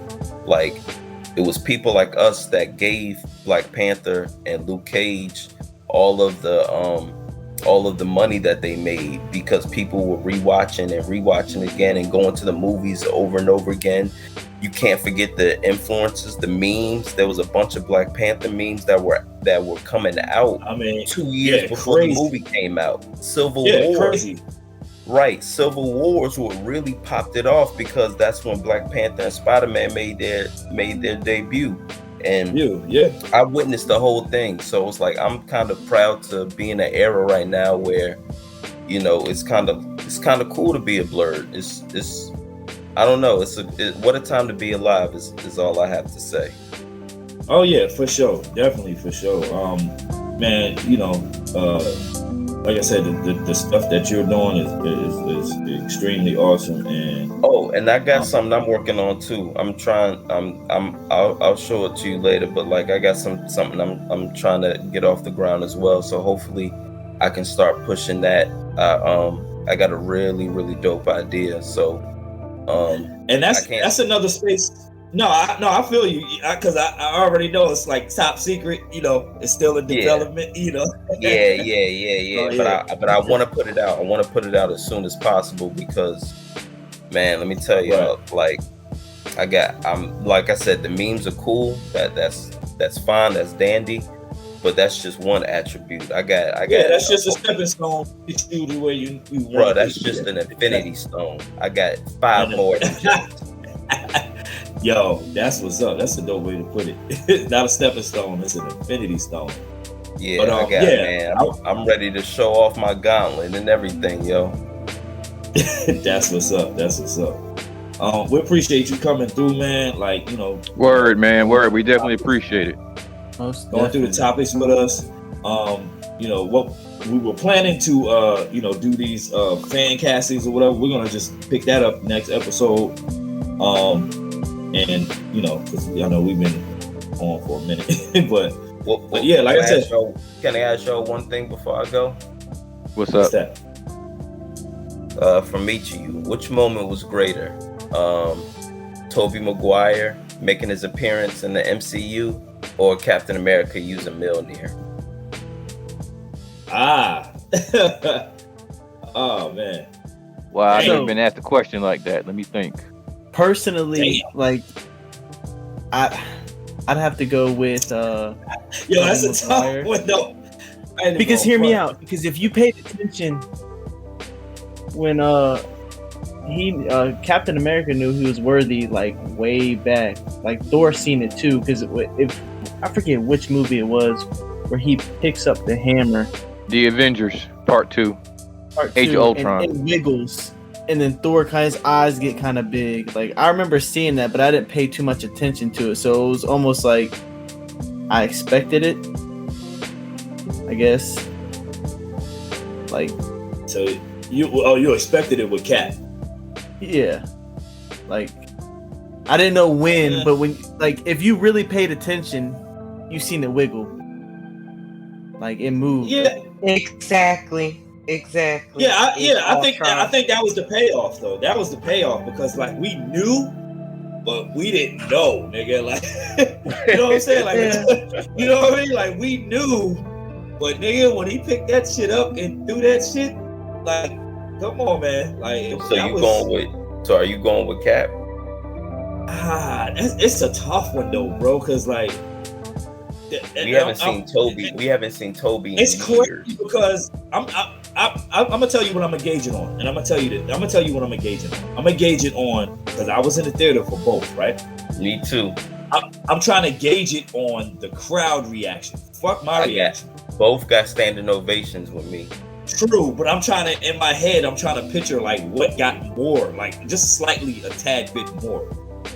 Well, for me, and me and T went and saw Age of Ultron. No, what did we see, T? No, we saw Endgame at the theater. We saw Endgame. Yeah, we saw and Endgame. Just the crowd's reaction was bigger as far as Captain America using Mjolnir than the Tobey Maguire. I mean, there was people that were hyped for it, but the crowd the theater went crazy with Cap using the hammer. You know what, Rick? I gotta ride with you on that one, bro. Like, I think honestly that when Cap picked up Mjolnir, the crowd reaction was like, it was more intense, man. I don't know, and it could have been everything leading up to that, but I don't know. But it's somewhere in the back of my mind, though, like I'm trying to think. Recently, we just seen Spider-Man, me and my wife, and like. Bro, but when did you see Spider-Man? Like when I saw Spider-Man, like the crowd went ape. Like when they came through, that's what I'm saying. When they came through the portals, like it was like. What about you, Brandess? It's nostalgia for me. It's basic. It was nostalgia, so I would go with Tobey. It was basically the whole nostalgia of he will always be my Spider-Man. He will always be Right, my like, Spider-Man. So to see him was way better than Cat picking up. I mean, we all predicted Cat was going to pick it up. I was more excited when everybody came through the portal than Cat picking up Mirror to me. When everybody came through the portal, that was more exciting for me than Mirror. Captain America picking up Mirror. But when you I'm stuck. I'm sorry, I'm stuck. between it's the step to me. I mean, it was no question. It would have been. And it's like it's no right or wrong answer because like I feel you, Brandess. I get exactly what you're saying. Like like Toby's the nigga. Like that's Spider-Man, nigga. Like and when they came through like the portals, like the crowd went crazy. But at the same time though, when Cap picked up that, you know what I mean? That Mjolnir. Yeah, when you see the hammer just getting lifted up, you don't know who's holding it, but you do know who's holding it, if you know what I mean. I mean, that's what I said. It's like we knew, but we didn't know. Like, you know what I'm saying? Like we knew he was going to do that shit, but we didn't know he was going to do that shit. Like, you know what I mean? I mean, I had my own reactions, but a lot of times, like that was my second time when me and T went to go see it. That was my second time seeing it. So this time, even though I knew what was coming, my thing was to see the rest of the people in the theaters' reaction to it. And like I said, they went. I mean, people went crazy too when Cat was when Falcon was like on your left, but they was even crazier as far as Cat picking up Mjolnir and just seeing how he handled it and was slapping up Thanos for a little bit. They was really into that. Yeah. So the way I feel about, and this is going to be the same thing I feel about how I felt when Professor X, when Sir Patrick Stewart slid the corner of his bald head, the back of his bald head, into the corner of my TV screen and said, "You should tell him the truth." I fell across my bed. I literally fell across my bed and screamed for dear life. That's the same way I felt when the elevators open and they're sitting Kang with the to me, it'll be Immortus, because I don't get the he who remains thing. It's Immortus to me. When I saw Immortus sitting there with the apple, I literally screamed, jumped off my seat, and screamed for dear life. That's how I felt with Toby. I didn't feel that way with Cat. They say Multiverse of Madness is gonna have the most cameos. And I believe it. And I told my daughter, I'm going with my daughter to see this. And I told my daughter, put 911 on speed dial because they're going to have to pull me out and stretch it. Because I said, I swear, if Hugh Jackman comes on as Wolverine, that's it. You can wheel me out. That's it. Just wheel me out. That's it. I'm just going to slide. You're just going to see me slide. I didn't even think about that. If they do that, oh my goodness. I got into a debate. I asked this question because I got into a debate with Charlamagne because I told him I was kind of like, to him, I was probably overhyping the movie. I was telling him, yo, you got to see No Way Home. It's the greatest Marvel movie ever. And we actually got into a debate over the phone about it. And I just, like I said, for me, it's just number one. And we was just going back and forth. And that was the reason you saw the comment I sent you why he responded like that. When I sent you the screenshot of him in the comment section. Yeah, because I was like, I was one of those people that was hyping Spider-Man No Way. And here's the thing, I still have that same energy. Like months later, it isn't just, I'm not a hype beast. It wasn't just for the moment. Like I will sit here and say on what's it? Today's the 13th or the 12th? The 13th. On April 13th, Spider-Man No Way Home is the greatest Marvel movie ever of all time. Like you can't tell me. I'm not gonna hold you. I hear your sentiment, but I'm with Brandon. Evening of the 6th. I'll let you know. But he's put a date on it. Yeah, he's saying as of now. The email that people were getting from CinemaCon about why they're not airing Multiverse of Madness at CinemaCon in the next week or so. And the reason why, without giving anything to it, my God, I don't think we know anything. We don't know why. Ready to happen. Like, and the way that everybody is saying with this thing, I swear to God, if this is like the ending of, if this is going to be another finale like WandaVision, I am flying and it's Feige on site. You got me so hyped up for this movie to let me down, and I'm sorry, I'll say it. I was one of the Mephisto fanatics. So you mean to tell me I waited from episode 1 to the last episode, all for me to say where the credits are rolling? I'm like, where the fuck is Mephisto? Yo. If you do that to me on Multiverse of Madness, and I'm not saying Mephisto needs to be on there, but I'm telling you, if those credits roll and those post credits and everything roll, and I'm sitting there and the lights come on, and I'm sitting there and I'm like, what the fuck? I am going to personally buy a plane ticket to LA or wherever the fuck Feige is, and it's Feige on site.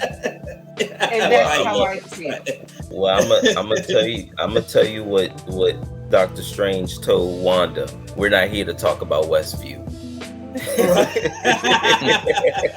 Shit, but it's a whole lot of Wanda in them goddamn videos, and you telling me that WandaVision and all this other stuff, you gotta watch WandaVision, you gotta watch Loki because they're connected to the thing. So my thing is, there's so many holes. These holes better be answered from WandaVision, and on top of that, they need to want two things. I need them to really tighten up what they're really doing with the multiverse, because there's like 5 different ways this multiverse can go the way they've been doing it lately. So they really need to tighten this storyline up. And then I really need Wanda to say no more mutants. I don't know how. I need her to reverse it or that has something. to be mutants first. Yeah, but what if? But here's my theory. What if she already did that? Well, some people believe that it's. Some people believe what if it's she gonna be already the did opposite. that? Well, I thought that in the beginning, but how about if she already did that in another universe? What if House of M is in the other universe? Not now, not our current universe with her in Westview and Doctor Strange, but one of the other universes, because you see, there's a Wanda, the one that just came out today, the last trailer. She's in a white shirt, bloodied up, barefooted. And then you see other scenes of her where it's like, and in others, she's in a suit, she's in a Scarlet Witch suit, but then there's other scenes of her bloodied up and everything. I do believe that there's 2 Wandas. There's going to be another Wanda in another universe, and I do believe that Wanda and that thing is House of M. Yeah, like the one from Marvel's What If. Yes. Not zombie Wanda. Not zombie Wanda. A whole different Wanda, and that Wanda is more the Wanda of House of M. That whole storyline of House of M. Yeah, no, I definitely am with you on that. That there's 2 Wandas, most definitely.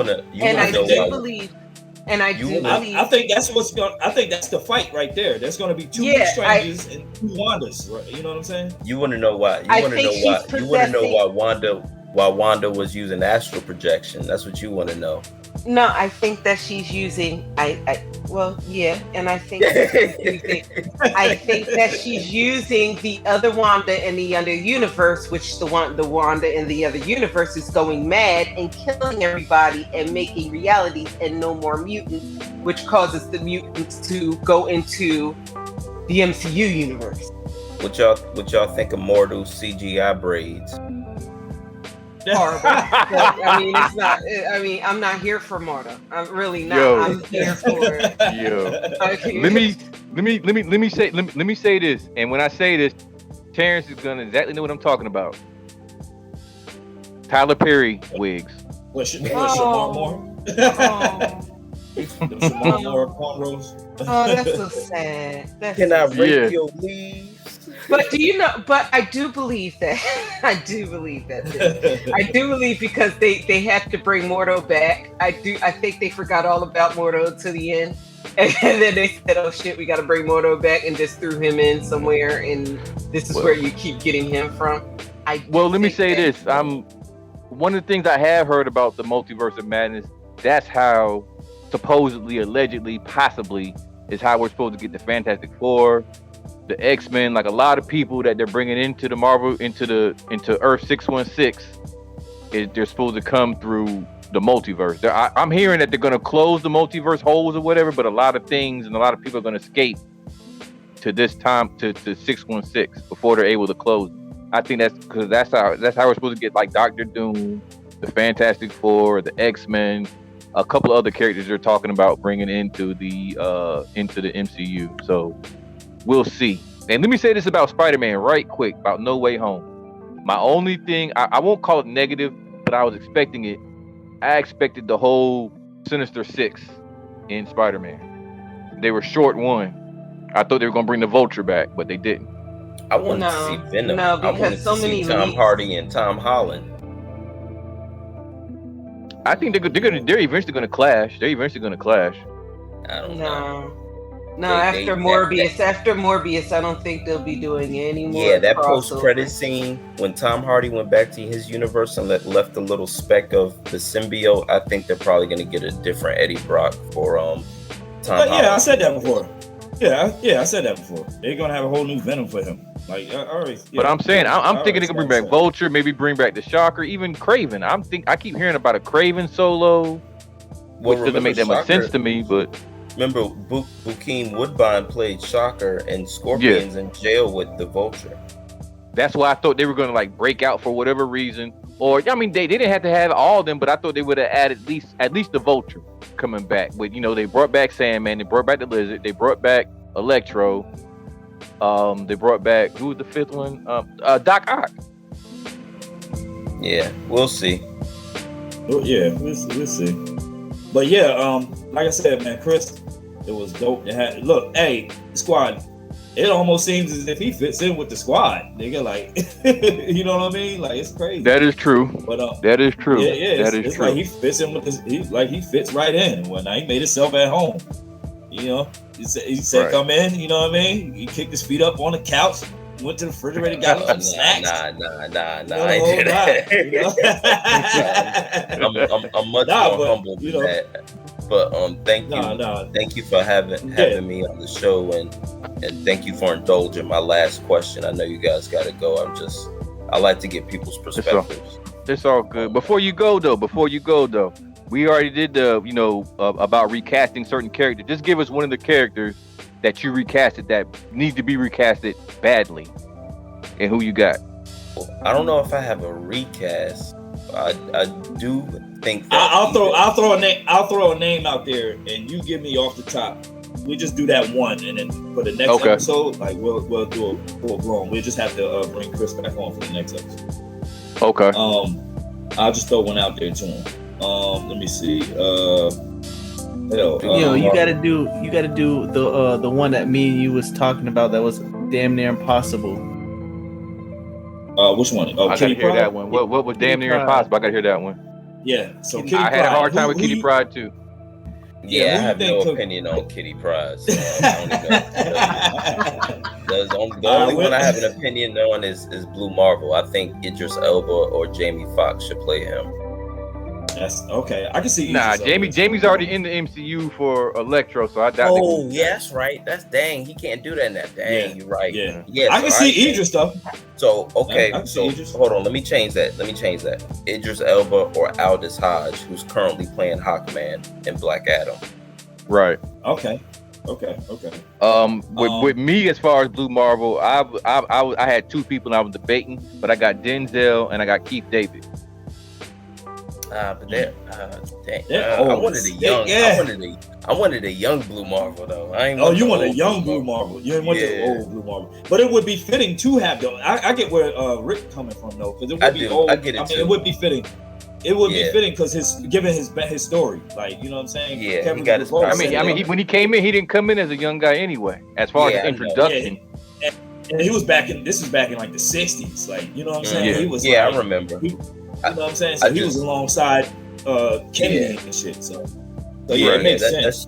That's just me. That's just my personal opinion. I think they should get a young, nice looking Blue Marvel 30s, someone in their 30s that look like they could be in their late 20s. Right. I'm gonna tell you one more. Storm. Who do you think should play Storm? I don't know, man. I made a meme about that. I posted gave the best. Who would you like to see as Storm again? And I put Beyonce, Halle Berry, and not again, but who would you like to see as Storm or something like that? It was Beyonce, Halle Berry, and the girl who played Storm in the last X-Men movies. I forget her name, but she had the mohawk. None of them have my vote. Yeah. None of them either. Yeah. But I got. But the lady from what's it called? American Gods. Yes, Yatini Badaki. Perfect. Yeah. Yatini So Badaki. her, I thought she has crossed my mind when it comes to that Storm. Who could be Storm? The Wanda Wise as well too. That's who I got. That's who I got. I don't know who that one is. Who's that? From She's Gotta Have It. The series. Okay, I ain't seen it. That series. I think. What else has she been on, bro? I know she was on Jordan Peele's Twilight Zone. I'm trying to think what else has she been on. Oh God, I can't remember, but that's who I got as being Storm. Some people try to tell me Shaniqua Green from the Walking Dead. I'm like, she looks more Chinese and black than she does just straight black. No, I also her eyes are kinky. I think Kiki Lane could pull it off too. Kiki Lane, she was on the Bill Street Could Talk, and then she was also on. I think she's too young to be Storm. Remember, Storm was grown. You know, when they had like the new X-Men with Colossus and Wolverine, those guys are pretty much adults. Out, you know, the original X-Men were like teenagers when they became X-Men, but when they had the new X-Men with Banshee and Nightcrawler and all them, those are like adult. They already had some kind of handle on their power. They just need to be refined. I guess it depends. Professor X. Yeah, that's the hardest part. Is you got to see what part of because what time frame. Yeah, what time frame. We talked about this with what's his name? Luke Cage, because she said that he was too old, and I was like, it just depends on the Who'd you say? Old ass. Who, Mike Coulter? Coulter? Yeah, by the time if they do a reboot, he'd be too old for that. Well, Know who I think? You know who I think would be a good Luke Cage? Isaac Keys. Isaac Keys, he's the guy that's on Power Book 4, I think it is, with Tommy. He was the dude that came. I don't know if any of you have seen it, but he's the guy that came out of jail. The older brother, Diamond. Yes. Come on, Diamond. He would be good. He would be good. He would be a dope Luke Cage. I agree with that. He has the build and everything. Like, he has the build. Yeah. Well, one thing I will say is they killed Cottonmouth off too quick. He was the best villain in that series. Yeah, they definitely killed him off way too fast. Yeah, for sure. I agree with that. I agree with that. As you can see, Chris, we can talk about this shit all. Well, look, I'm gonna just say this. I do have some people I have in mind for certain characters. I know this is hip hop marvels, but I'm Team DC actually. So when I get back, we gonna be talking about DC. We're gonna be talking about some DC characters because I got some people in mind for Icon and Rocket, Static Shock, and John Stewart, Green Lantern. Okay, that's dope. Yeah, shout out to Miles. I definitely want to see who you got for that, because I'm hearing everything from Common to Tyrese. Yeah. For real, I'm like Common is too light for that shit. Tyrese is a fan, so he has an vested interest. He wants to play John Stewart. Yeah, he does. He needs to be redeemed from Morbius. Oh my god. Shout out to Milestone. Shout out to Milestone Media and rest in peace to Dwayne McDuffie. Yeah, rest in peace. Oh, and speaking of just a quick rest in peace to Gilbert Gottfried. He passed away recently. A comedian. What? I didn't know that. Yeah, I remember him from.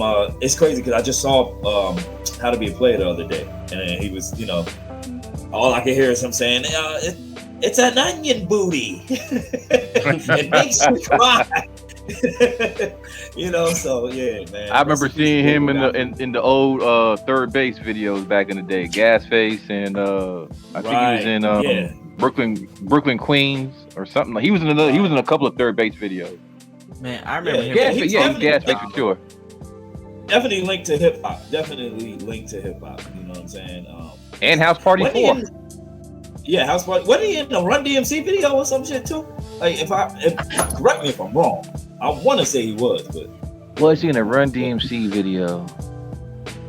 I don't remember that. I had to look it up, but I don't remember him being in the Run DMC video. I remember Third Base, and he was in some other. He was in some other videos. And How to Be a Player, that was Def Jam. So, How to Be a Player, House Party 4. Yeah, definitely hip hop. Has a hip hop correlation. And then also, rest in peace to Dwayne Haskins. Yeah, man, that was mucked up. That was mucked up. Yeah, that was tragic. So yeah, prayers up to his family. He was thriving young quarterback, man. And yeah, you know what I'm saying? Yeah. Rest in peace, man. Right, quick, Chris is do you know the status? I've been trying to find it, but do you know the status of George Lopez right now? I know you were a DC head, so I know you know what I'm talking about. Nah, what are you talking about? George, the comedian? No, not Lopez. George Perez. Excuse me, George Perez. George Perez. Perez. Huh? No, I don't know who that is. Who's that? George Perez. George Perez worked on Crisis on Infinite Earths and. Okay, see, that's what I'm saying. See, I'm Team DC, like with the. That was DC. No, I'm saying the cartoons animation side. He said, he said. Oh, okay. I'm not like as far was animation. Yeah, as far as like comic books, I'm like more casual fan. So it's like I only know bits and pieces here and there. So I don't know the ins and outs of everything. So as far as that situation, I'm not too privy to that. Only thing I know that's going on with DC right now is the Milestone relaunch with Reggie Hudlin and their program that they got going on. But outside of that, I don't know too much about anything DC comic book related. And shout out to Reggie Hudlin, man. Reggie Hudlin is getting it out. Yeah, Reggie Hudlin and Dennis Cowan. They came back. And speaking of Reggie Hudlin, and y'all was talking about Wu-Tang earlier. Dennis is the one who did the Liquid Swords cover. Right. Exactly. Yep. Exactly. Okay. I like that guy. That was dope. Yeah, I definitely want him on the show. Him and his name is on the tip of my damn tongue, but he did the AT-Aliens cover for Outkast. What is his name? Damn. Can't think of it off top, but I communicated with him too a while back, and he was like, he's game to come on the show. Okay, yeah, but yeah, as far as DC goes, yeah, it's like for me, it's really more so the animation, not so much the live action movies or the comic books. I'm just Team DC because I grew up off of the DC cartoons, and Batman's my favorite superhero. Gotcha. Oh yeah, that Batman animated series is like hands down. Yeah. That was definitely one of the best DC comic cartoons I've ever seen. Was the Batman. This like 92, 93 for the Batman animated series. That's how they got Harley Quinn. She was never an original DC character anyway. Exactly, and now she's more popular than Wonder Woman and Catwoman. Nigga, yo, some of the villains on that show, like, because I wasn't really introduced to the villains through the comic books as far as DC, but on that series, it was just like, I seen Clayface, and Two-Face, and all these. DC had DC, and Terrence and I talked about this with shout out the Eternal DMC and Precise Politics. We talked about this with them on one of our first shows. I always felt like DC has the best villains, but Marvel has the best heroes. And that sounded like that was one of the memes I sent you. Yeah. Oh, word. But yeah, Chris, we appreciate you rocking with us, man. Yes, sir. This ain't the last time, man. Yeah, I appreciate having you on here. And to everybody listening, man, we appreciate y'all rocking with us. Holla at us, we'll holla back. By Marvel's podcast. You know what I'm saying? This is episode 31. Make sure you follow at Critics of Culture, critics_of_culture. I offer promo services too. So if you ever need promo, our rates are affordable. Page post, story post, whatever you need, I got you. Thanks. Y'all heard it here. Yeah, thanks again for having me. Can't wait to come back on. No doubt. And we out.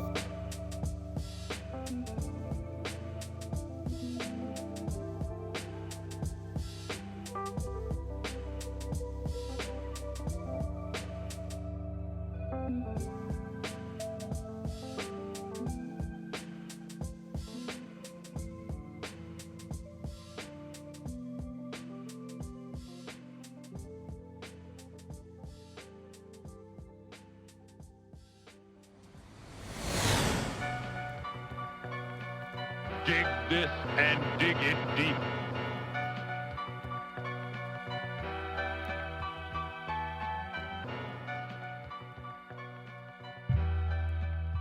We got it locked from your block to the comic shop.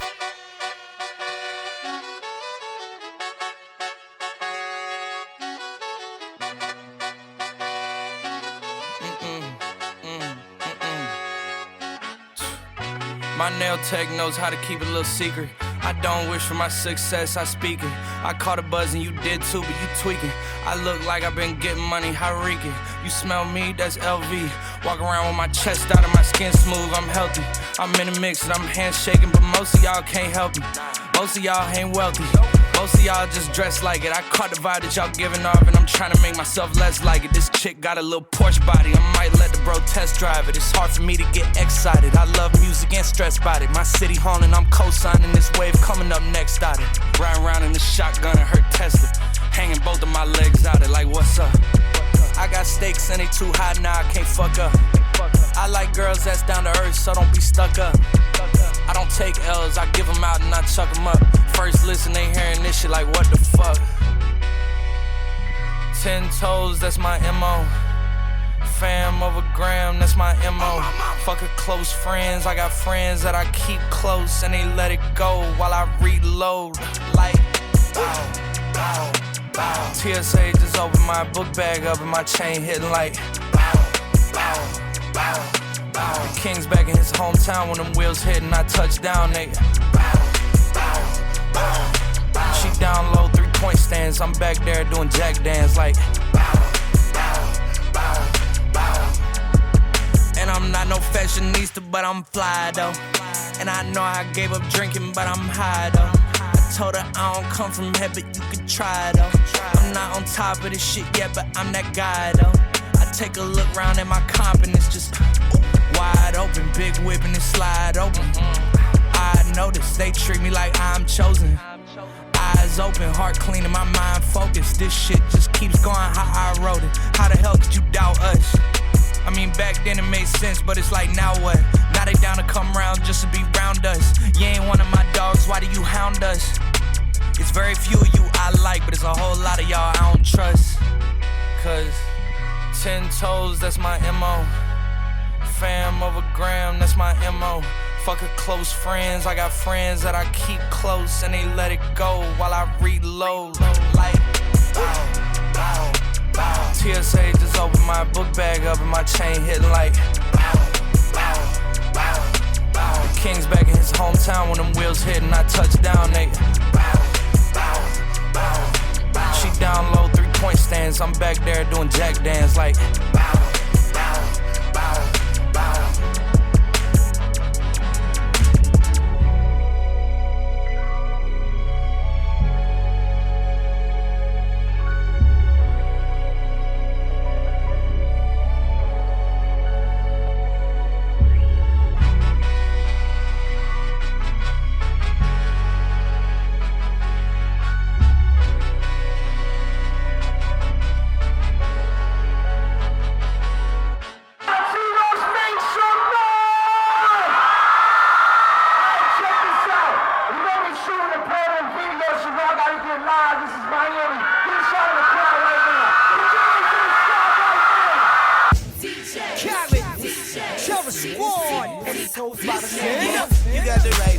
It's Weezy fucking baby. And if you want me, look at, I let the woman taste me. Okay, now I'm with Khaled. We wildin' in Miami. We got a bunch of bitches. We pile them in the Phantom. They follow us to mansion, but I don't mean the club. I'm talking about my crib. Mama, I'm trying to fuck. It's cash money, baby. It's young money, bitch. Now you can swallow that, or you can suck a dick. Okay, sudden shit. Lil Wayne, fuck a bitch. Lil nigga, big money, big gun for little shit. Nigga, I ain't Will Smith. Nah, I ain't a Fresh Prince. Nigga, I'm a young king. Nigga, I'm a bun B. I go hard. Ask my broad. Miss Stevie Wonder, she ain't looking at y'all. The rest goes without me having to say. I say go, go, go, go. I laugh at what it do, what it is. You ain't never seen a player like this. I let me, baby.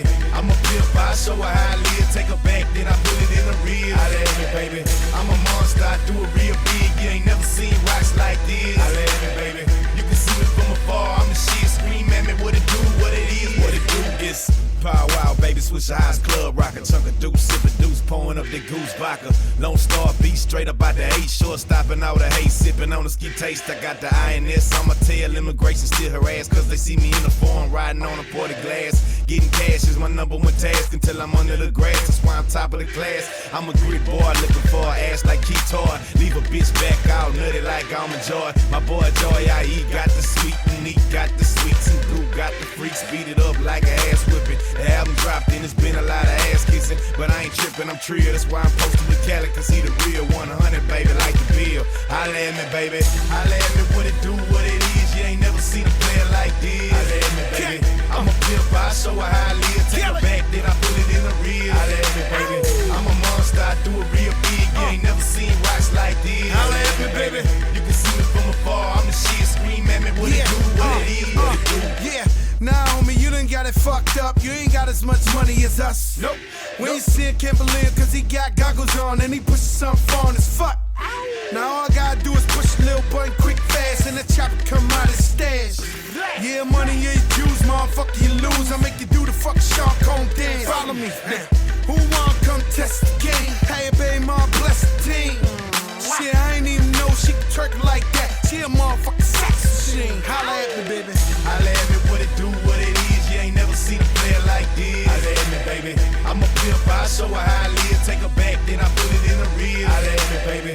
I'm a monster, I do it real big. You ain't never seen rocks like this. Holla at me, baby. You can see me from afar. I'm the shit. Scream at me, what it do, what it is, what it do.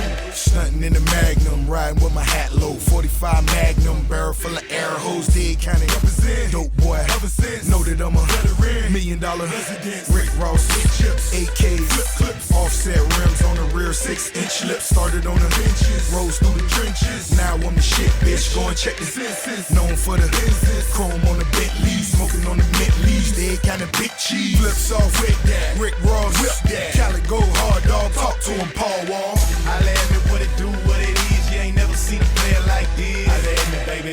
I'm a pimp, I show her how I live. Take her back, then I put it in the real. Holla at me, baby. I'm a monster, I do it real big. You ain't never seen rocks like this. Holla at me, baby. You can see me from afar. I'm the shit. Scream at me, what it do, what it is, what it do. It's Mr. 305, aka Mr. Snort, yeah, spit rocks made in date. I own my future. The last name Camel, first name Luther. The gunshine stayed where the shoot to the bottom. The crib, what they do, what it is. What's the clear? Flip a grid. Hey, buddy, where's the lick? That's all we talk about. Well, welcome to the South. We in, get the bread, and we out, no doubt. Hollers and priests. These boys dirty, they'll fuck your mother, sister, daughter, and nieces. Ahora loca, mueve la cadera, abre la boca y viene la madera. Holla at me, what it do, what it is. You ain't never seen a player like this. Holla at me, baby. I'm a pimp, I show her how I live. Take her back, then I put it in the real. Holla at me, baby. I'm a monster, I do it real big. You ain't never seen rocks like this. Holla at me, baby. You can see me from afar. I'm the shit. Scream at me, what it do, what it is, what it do. Listen, my nigga driver, man, this is what I need you to give him something else straight on, just to warm him up, and then later on we gonna hit him with that crib man. So I hope these motherfuckers don't get high. Get your pipe, get your gangsta grill. Dedication too. Howdy do, motherfuckers, it's Weezy, baby, niggas bitchin' and I gotta tuck them. Listen close, I got duct tape and rope, I leave you missing like the fucking old Bannons. One hand on my money, one hand on my buddy, that's the AK-47, make his neighborhood love me. Bullets like birds, you can hear them bitches humming. Don't let that bird shit, he got a weak stomach. Niggas know I'm sick, I don't spit, I vomit. Got it, 1 egg short of the omelet. Simon says, shoot a nigga in his thigh and leg and tell him ketchup like mayonnaise. I'm the sickest nigga doing it. Bet that baby, these other niggas dope. I'm wet crack baby, yes. Get back, boy, this a setback. Clumsy ass nigga slip and fall into a debt trap. Them boys pussy, born without a backbone. And if you strap, we can trade like the Dow Jones. Run him up, I hope he got his towel on. I aim at your moon and get my howl on. Some niggas cry wolf, I'm on that dry kush. And when it comes to that paper, I stack books. You heard what I said, I could put you on your feet or put some money on your head. Life ain't cheap, you better off dead if you can't pay the fee. Shout out my nigga Fee. See every motherfucker at the door don't get a key. You're outside looking in, so tell me what you see. It's about money, it's bigger than me. I told my homies don't kill him, bring the nigga to me. Yeah, don't miss, you fucking with the hitman. Kidnap a nigga, make him feel like a kid again. Straight up, I ain't got no conversation for you. Nigga, talk to the Cannon. Yeah, have a few words with the Cannon. Yeah, tell it to my motherfucking Cannon. Yeah, straight up, I ain't got no conversation for you. Nigga, talk to the Cannon. Yeah, have a few words with the Cannon. Nigga, tell it to my motherfucking Cannon. From Philly to where I'm landing, I'm a Cannon.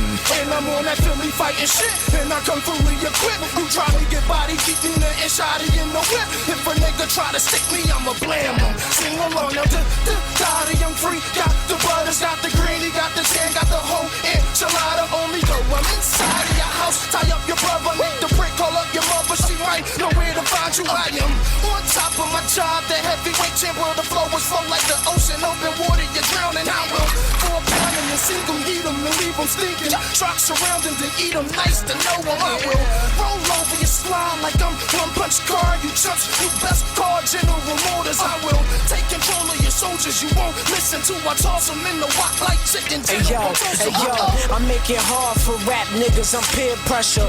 Matter of fact, I'm motivation to rap better. I show niggas how to act, how to dress better. I stay fresh, more fitted caps than back catchers. I'm the crack, the smack, the gun, the rule, the gat, the strap, the gun, the tool, the motherfucking other words. I'm the real for real. We can go check for check, a bill for bill. We can go chick for chick, a skill for skill. The deal is sealed.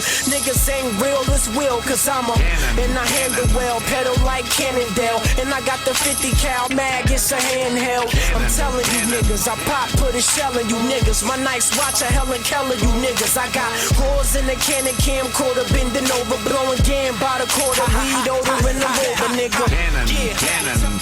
Detroit red, getting changed like them white folks. Dumping out the window of the range with the right folk. Pain like a bitch the first day of a cycle. You better scurry when I pull the Cannon. Tracks burn the streets like a truck through the gas. I love head and caressing a voluptuous ass. Ask your baby mama is she up to the task? She like, damn, red is bigger than the Cannon. My attire makes the lady say your man is too fly. Imported oils from Iran and Dubai. Get caught slipping with your mans and you die. Where I'm from, niggas be quick to squeeze it. Cannon. Detroit red always got some shit for your ears. Show me love but keep it moving, man, cause if you get near, I'll say get off my dick and tell your bitch to come in. Cause you sweating me and my DJ time. Legs spread far out, you know how I'm standing. Yeah, I'm posted with the big homie. Cannon. I got niggas who don't like rap, loving our shit. We got niggas who was stuck on Pac, bumping our shit. These niggas can't see me like I ain't been around lately. A good battle when they at the mound is gravy. Niggas salty, I'm pepper, no Spinderella, just a cigarella, filled with Tropicana. Yeah, Vic found that lick, now we ain't smoking no more regular. Keep your mid-grade, I don't think you know no better. They love in the trunk, now they wanna hear more shit. I play it modest like, nigga, that's some of our old shit. Got niggas I ain't never met wanting to fight me. Got hoes that's in love asking why you don't like me. Bitch, I'm married to the game and I love my wife. Be stepping over competition, man, I love these Nikes. Shit, I'm hot, they fanning. Niggas try to copy my style like a Cannon. Don't try to compare, I'm in a league of my own. If I ain't listed at the top, nigga, the stats is wrong. Holiday is off, your info ain't valid. Artists of the century, the competition ain't balanced. True like Master P and his two brothers. Don't call it incest, but just a motherfucker like cheap. from here on out, you call me Mr. Game 7. Oh yeah, that was just pre-season. You thought we was playing for real? We got it locked from your block to the comic shop.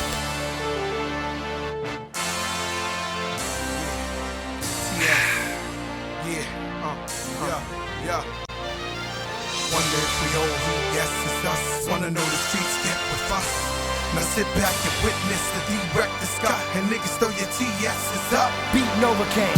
Go figure it. Joe Crack running New York, who would've thunk it? God above and blunted, yeah. They came while I was asleep, whispered in my ear, this is your year. Crack preach! So I testify to burn down the throne, niggas follow my lead. Take your breath for crowning me king of NY. I'm the one and only Godfather 1 through 3. Pardon me, but I was raised in the project, forgetting I wasn't the only object. We was more concerned with cutting up and chopping, supplying things at that work, get it poppin'. Now who wanna pop off till the head get popped off by the realest MC, and that's me. Joe cracked the dawn, I came from the streets, knee deep in the game, other half in the streets. I got that permit to bury your ice grill. Should've named this album Her License to Kill. Yes, my life's chilly chill. Mansion in Miami, other in the Jersey Hills, chill. That's that 88 flow. Small face 20s, that's that 88 dough. Joey Jefferson, I'm on the 88 flow. Khaled hit him with that talk. I'm one fan of 2 castles, energy 4. 5 mics, a classic, kinda like my 6-4. Several years I earned cake, let me tell you more. Joey Crack, aka 88, good count. One fan of 2 castles, energy 4. 5 mics, a classic, kinda like my 6-4. Yeah. Several years I earned cake, let me tell you more. Joey Crack, aka 88, good. Wonder why I paint a picture of the street life so vivid, I lived it. Y'all dudes innocent, y'all just visiting. And that's the reason why they call me Ghetto D.O. Have you holding shovels, digging depots? Police know, but just couldn't figure me out. I'm like Peoples, have them baking pies in the house, it's grilled. Spit fire like I never been out. And I ain't gonna retire till there's never a doubt. The wheels in my head keep spinning. I'm thinking anybody go against me losing cheering. I'm thinking there's no better time than now to start some killing. This could go crack, 2005's ghetto version of Achilles, nigga. One fan of 2 castles, energy 4. 5 mics, a classic, kinda like my 6-4. Several years I earned cake, let me tell you more. Joey Crack, aka 88, good count.